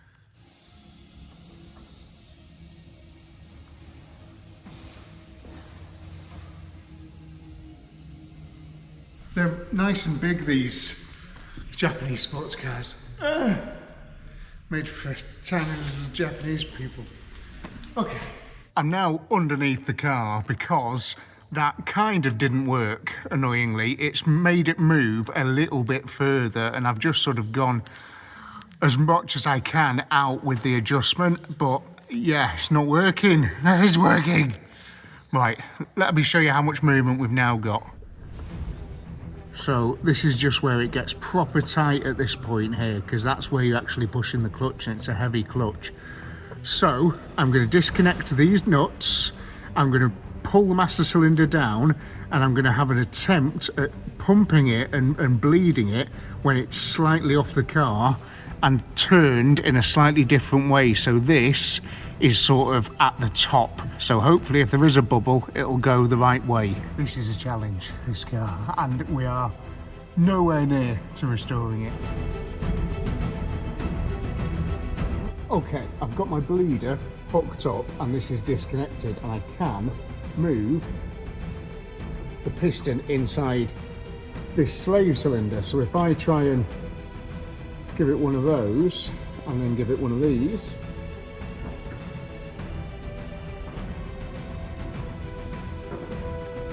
a couple more of those. I'm just trying to see if it's coming out all of the way, because this should be more like that, and even with next to no pressure on it, it's just not coming out any further. Right then, Joe, give it a few pumps and then hold it.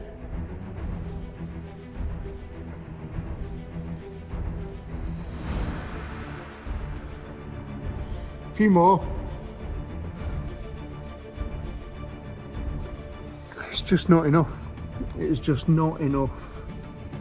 That rod is exactly the same length as the one that came out of it, and that is not enough travel.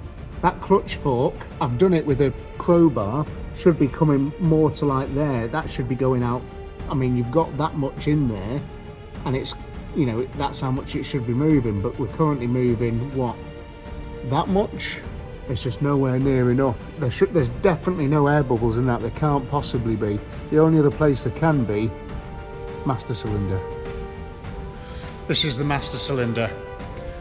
Now, it was sat exactly like that on the car.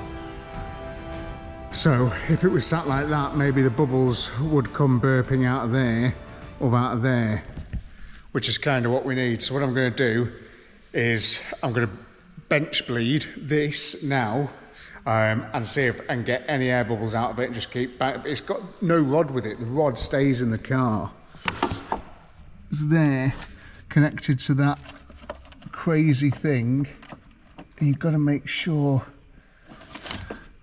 yeah, it's in the right place when it goes in. I mean, it's adjustable, that as well. I could maybe get, but I can't get it out of there. But there is some adjustment on that, so maybe I'll try and adjust that out a bit, bleed the master cylinder and put it all back together. I've been on this for another 4 hours today. It's just no need. Right, let's give it a go. So I'm going to do the same thing that I did before I put this in the car. When I did it like this, I'm now going to try and tilt it and do it like this. I'm just going to run a bit of pipe that goes from there to recirculate the fluid. I just want to see if we get any air bubbles out of this if I do it like that sort of stuff. Oh yeah, don't know if you can see those that came out of it then. This is so difficult. You've got to keep pressure on this because I haven't quite got the right size pipe as well. And I want to keep doing this now until there's no more air.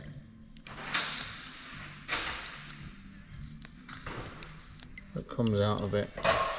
I'll change my angle slightly, make sure. Right, there cannot be any more air inside this master cylinder now. There just can't be. I just don't believe it. There's not going to be any air inside there. So I'm now going to get this back in the car and attach that brake pipe up before all this fluid drains out of it. Let's give it a go.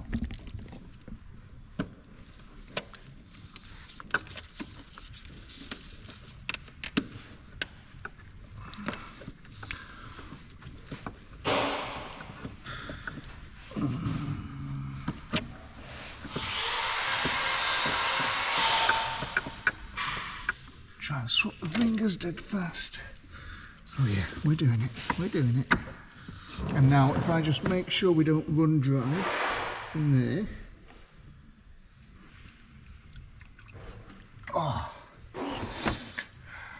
Good excuse to clean the floor again, Joe. And now I've got to fit the brake pipe. Just stab it in and twist it. Dead easy. So the brake pipe is in, which is lovely, but because there's just no access, even using my stubbiest of spanners, this thing here, you still can barely get a turn on it. It's mad as well. If you look at some of the Nissan 300ZX videos that I've seen in like America and stuff, they're master cylinder. I don't know what's in the way on this car. It's the 4th time I've done that. Isn't in the way on their cars, but it is on this. They're master cylinder. You just get to it like that. It's so easy, but this is buried. You know, I'm worrying I keep turning this thing and one of the turbos is going to fall out. It's that far buried. I've put it all back together. Joe's about to get in the car and we're about to bleed this thing for the 900th time. If it doesn't work, I'm going to push it into the sea. Now we're going to try the good old bleed on this one, just in case we've moved any bubbles up, you know. Okay, now this is fully extended, right? This is amazing, but Joe has got his foot held on the clutch. That is everything we've wanted, but I got there artificially, which is not ideal. What I did is I held it with a crowbar and I got Joe to then pump it into position. So I moved the clutch fork with a crowbar to where it's disengaged, and then Joe is holding his foot down. So now if Joe releases, and it goes back to where it should be. But if Joe gives it a push again, oh my God, and release, and push again.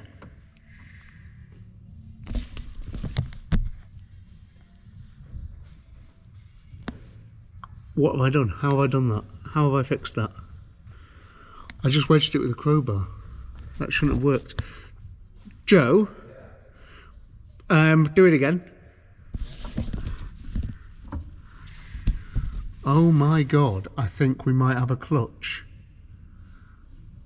And again, Joe. Holy crap. Right, let's get it off these axle stands. Oh my God, please. I know this video has dragged on for ages. Let's see if we can get this thing to move. Okay, now put your foot on the clutch. I mean, the wheels just stopped. That's a great sign. Now, put it into first and let the clutch up. Oh my God, we've got a clutch. Right, foot down on the clutch. Come on, you beauty! We might be able to drive this thing. Get her on the ground, get her out of this door. What am I going to do if this backrest? Oh no, it's working perfectly, it's fine. Oh yeah, beautiful. First time driving Oliver Reed's Nissan 300ZX. Would he be proud of me here now? I can imagine him sat next to me, passed out. I'm giving him a lift home from the pub in his own car.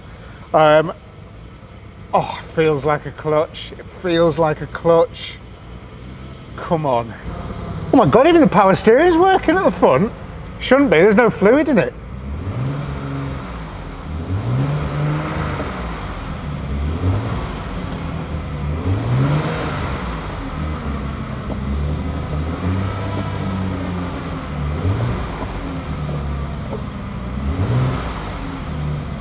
No, nothing.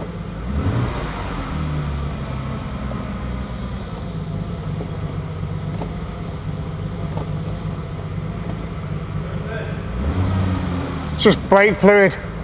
There's no clutch.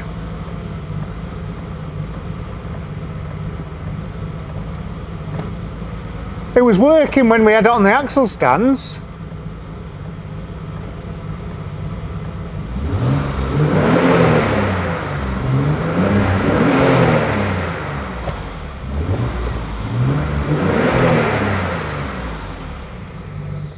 No, nightmare.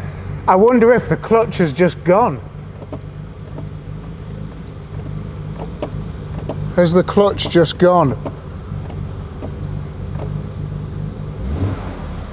Or is it too far extended? Now it's permanently, like my foot's not on the clutch and I'm able to change gear.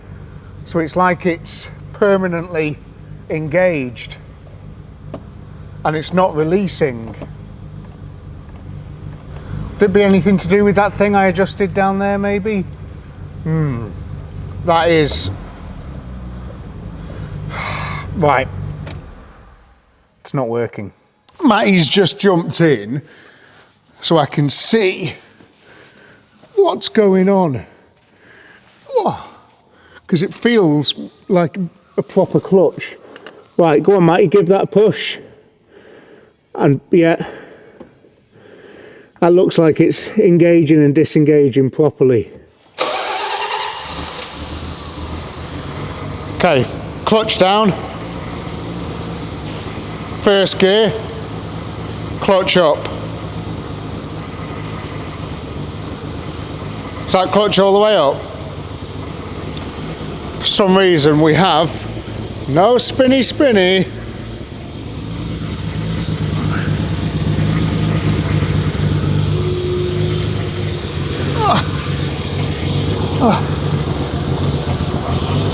Pump the clutch.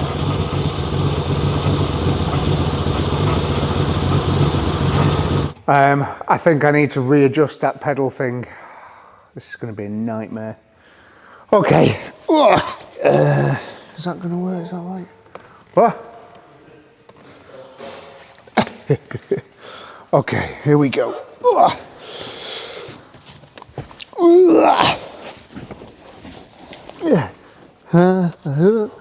Back again.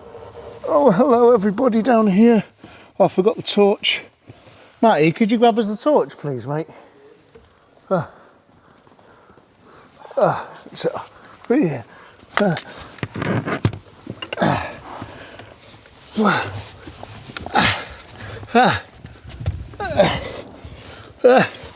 Ow. Ouch. Okay, Joe. A few pumps and hold it down.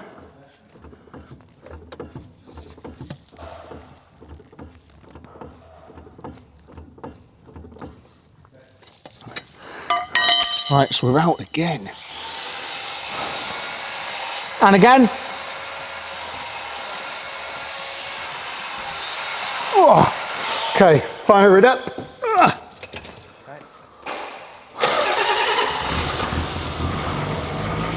Gear in, clutch up. Is that clutch up? Second gear. Okay, engine off. I'm wondering why it would be, because if we release a little bit of pressure out the master cylinder, the clutch comes back to life. Like if we try and do that again now, it's almost like it's going too far, but I'm back all the way to where it was originally. It's just a little wee. So, let me see now. Take this hammer. Okay. Right, Joe, press the clutch. And off. And on. Okay.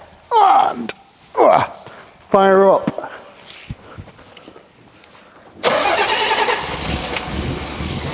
Clutch. First gear. Clutch up. Clutch down. Clutch up. Clutch down. Second gear. Clutch up. Switcher off.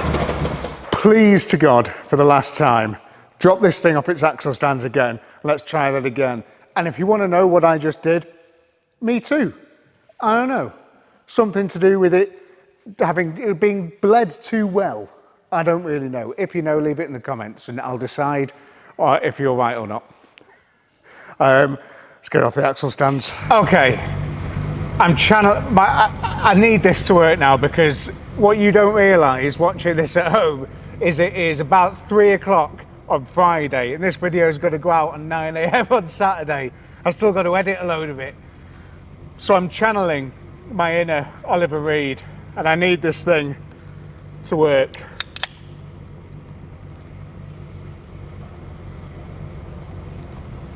Oh, it's delicious.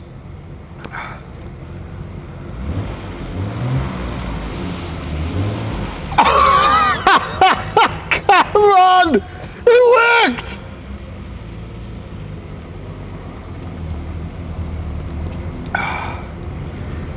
Cheers, Oliver. Thanks for the car.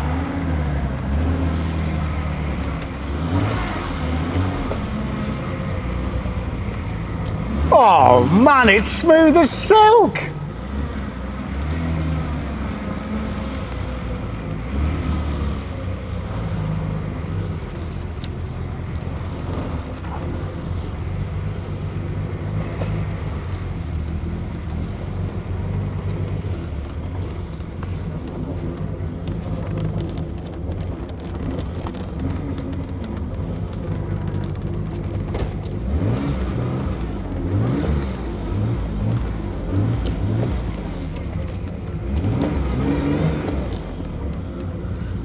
I can see myself in this thing, I really can.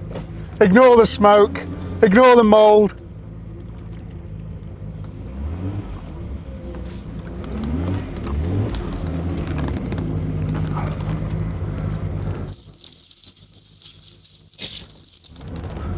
I'm having to use the clutch as brakes, because there's no brakes and there's no handbrake either. So handbrake, let's have a play. Oh yeah, there is. I've got brakes on one wheel. Perfection, that's all you need. It's practically MOT ready. Oh, what this smoke is potentially it's going to set on fire. But we're outside now, so it doesn't matter if it does.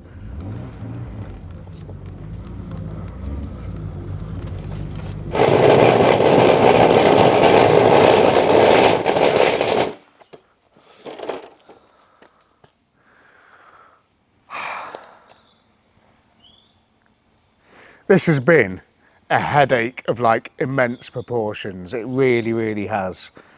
It's been so difficult. I don't know what's going on with that clutch. It feels like there's too much fluid in there. If I just let a bit more fluid out, the clutch works perfectly. I put the bar back to exactly where it was before. It's just a hyper complicated system that, does it need to be that complicated? Probably not. And a lot of people modify these. They get rid of that top bleeder pipe and they just run a flexi pipe from one to the other. If and when I restore this car, that's probably what I'll do as well. But it's nice to know that the basics are there, and she does drive. Which means loading it, getting it to places, sending it for welding, all that stuff. Well, it's suddenly become a hell of a lot easier, and because I know a lot of stuff works, it's made me a bit more enthusiastic about actually doing it. Oliver, if you're watching from up above, I hope I've done you proud, and I really do want to put this thing back on the road. But everybody watching, I can't do it without your help. Hit the subscribe button, will me on, send me your prayers, because this is going to be one brave restoration. It really is. I've got a huge amount of work to do. Thankfully though, I may have already found a donor car for this, so I can get rid of these weird little snouts and this slightly dodgy front bumper and get it back to looking something a little bit more respectable. So I'll see you all for part 2. I'm not sure when that's going to be because he can't get round to this thing till July, and all I've got to do before then is buy parts and strip it down. So I'll do a video on that before July. So just, you know, make sure you do hit that subscribe button so you can find out when that comes out if you want to see this thing come back to life properly. But, you know, with a gearbox and a clutch and everything like that, surely it does deserve it, doesn't it? Right. Thanks very much for watching. See you soon. Bye.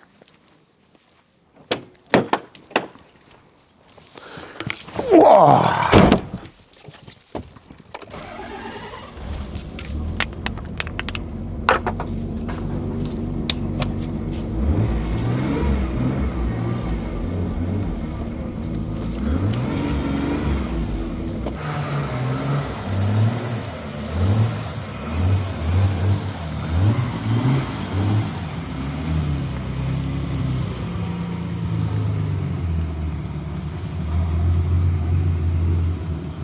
throw that can out. I thought I was throwing it in the back, but it went out the roof. It's important to pick up your litter, isn't it?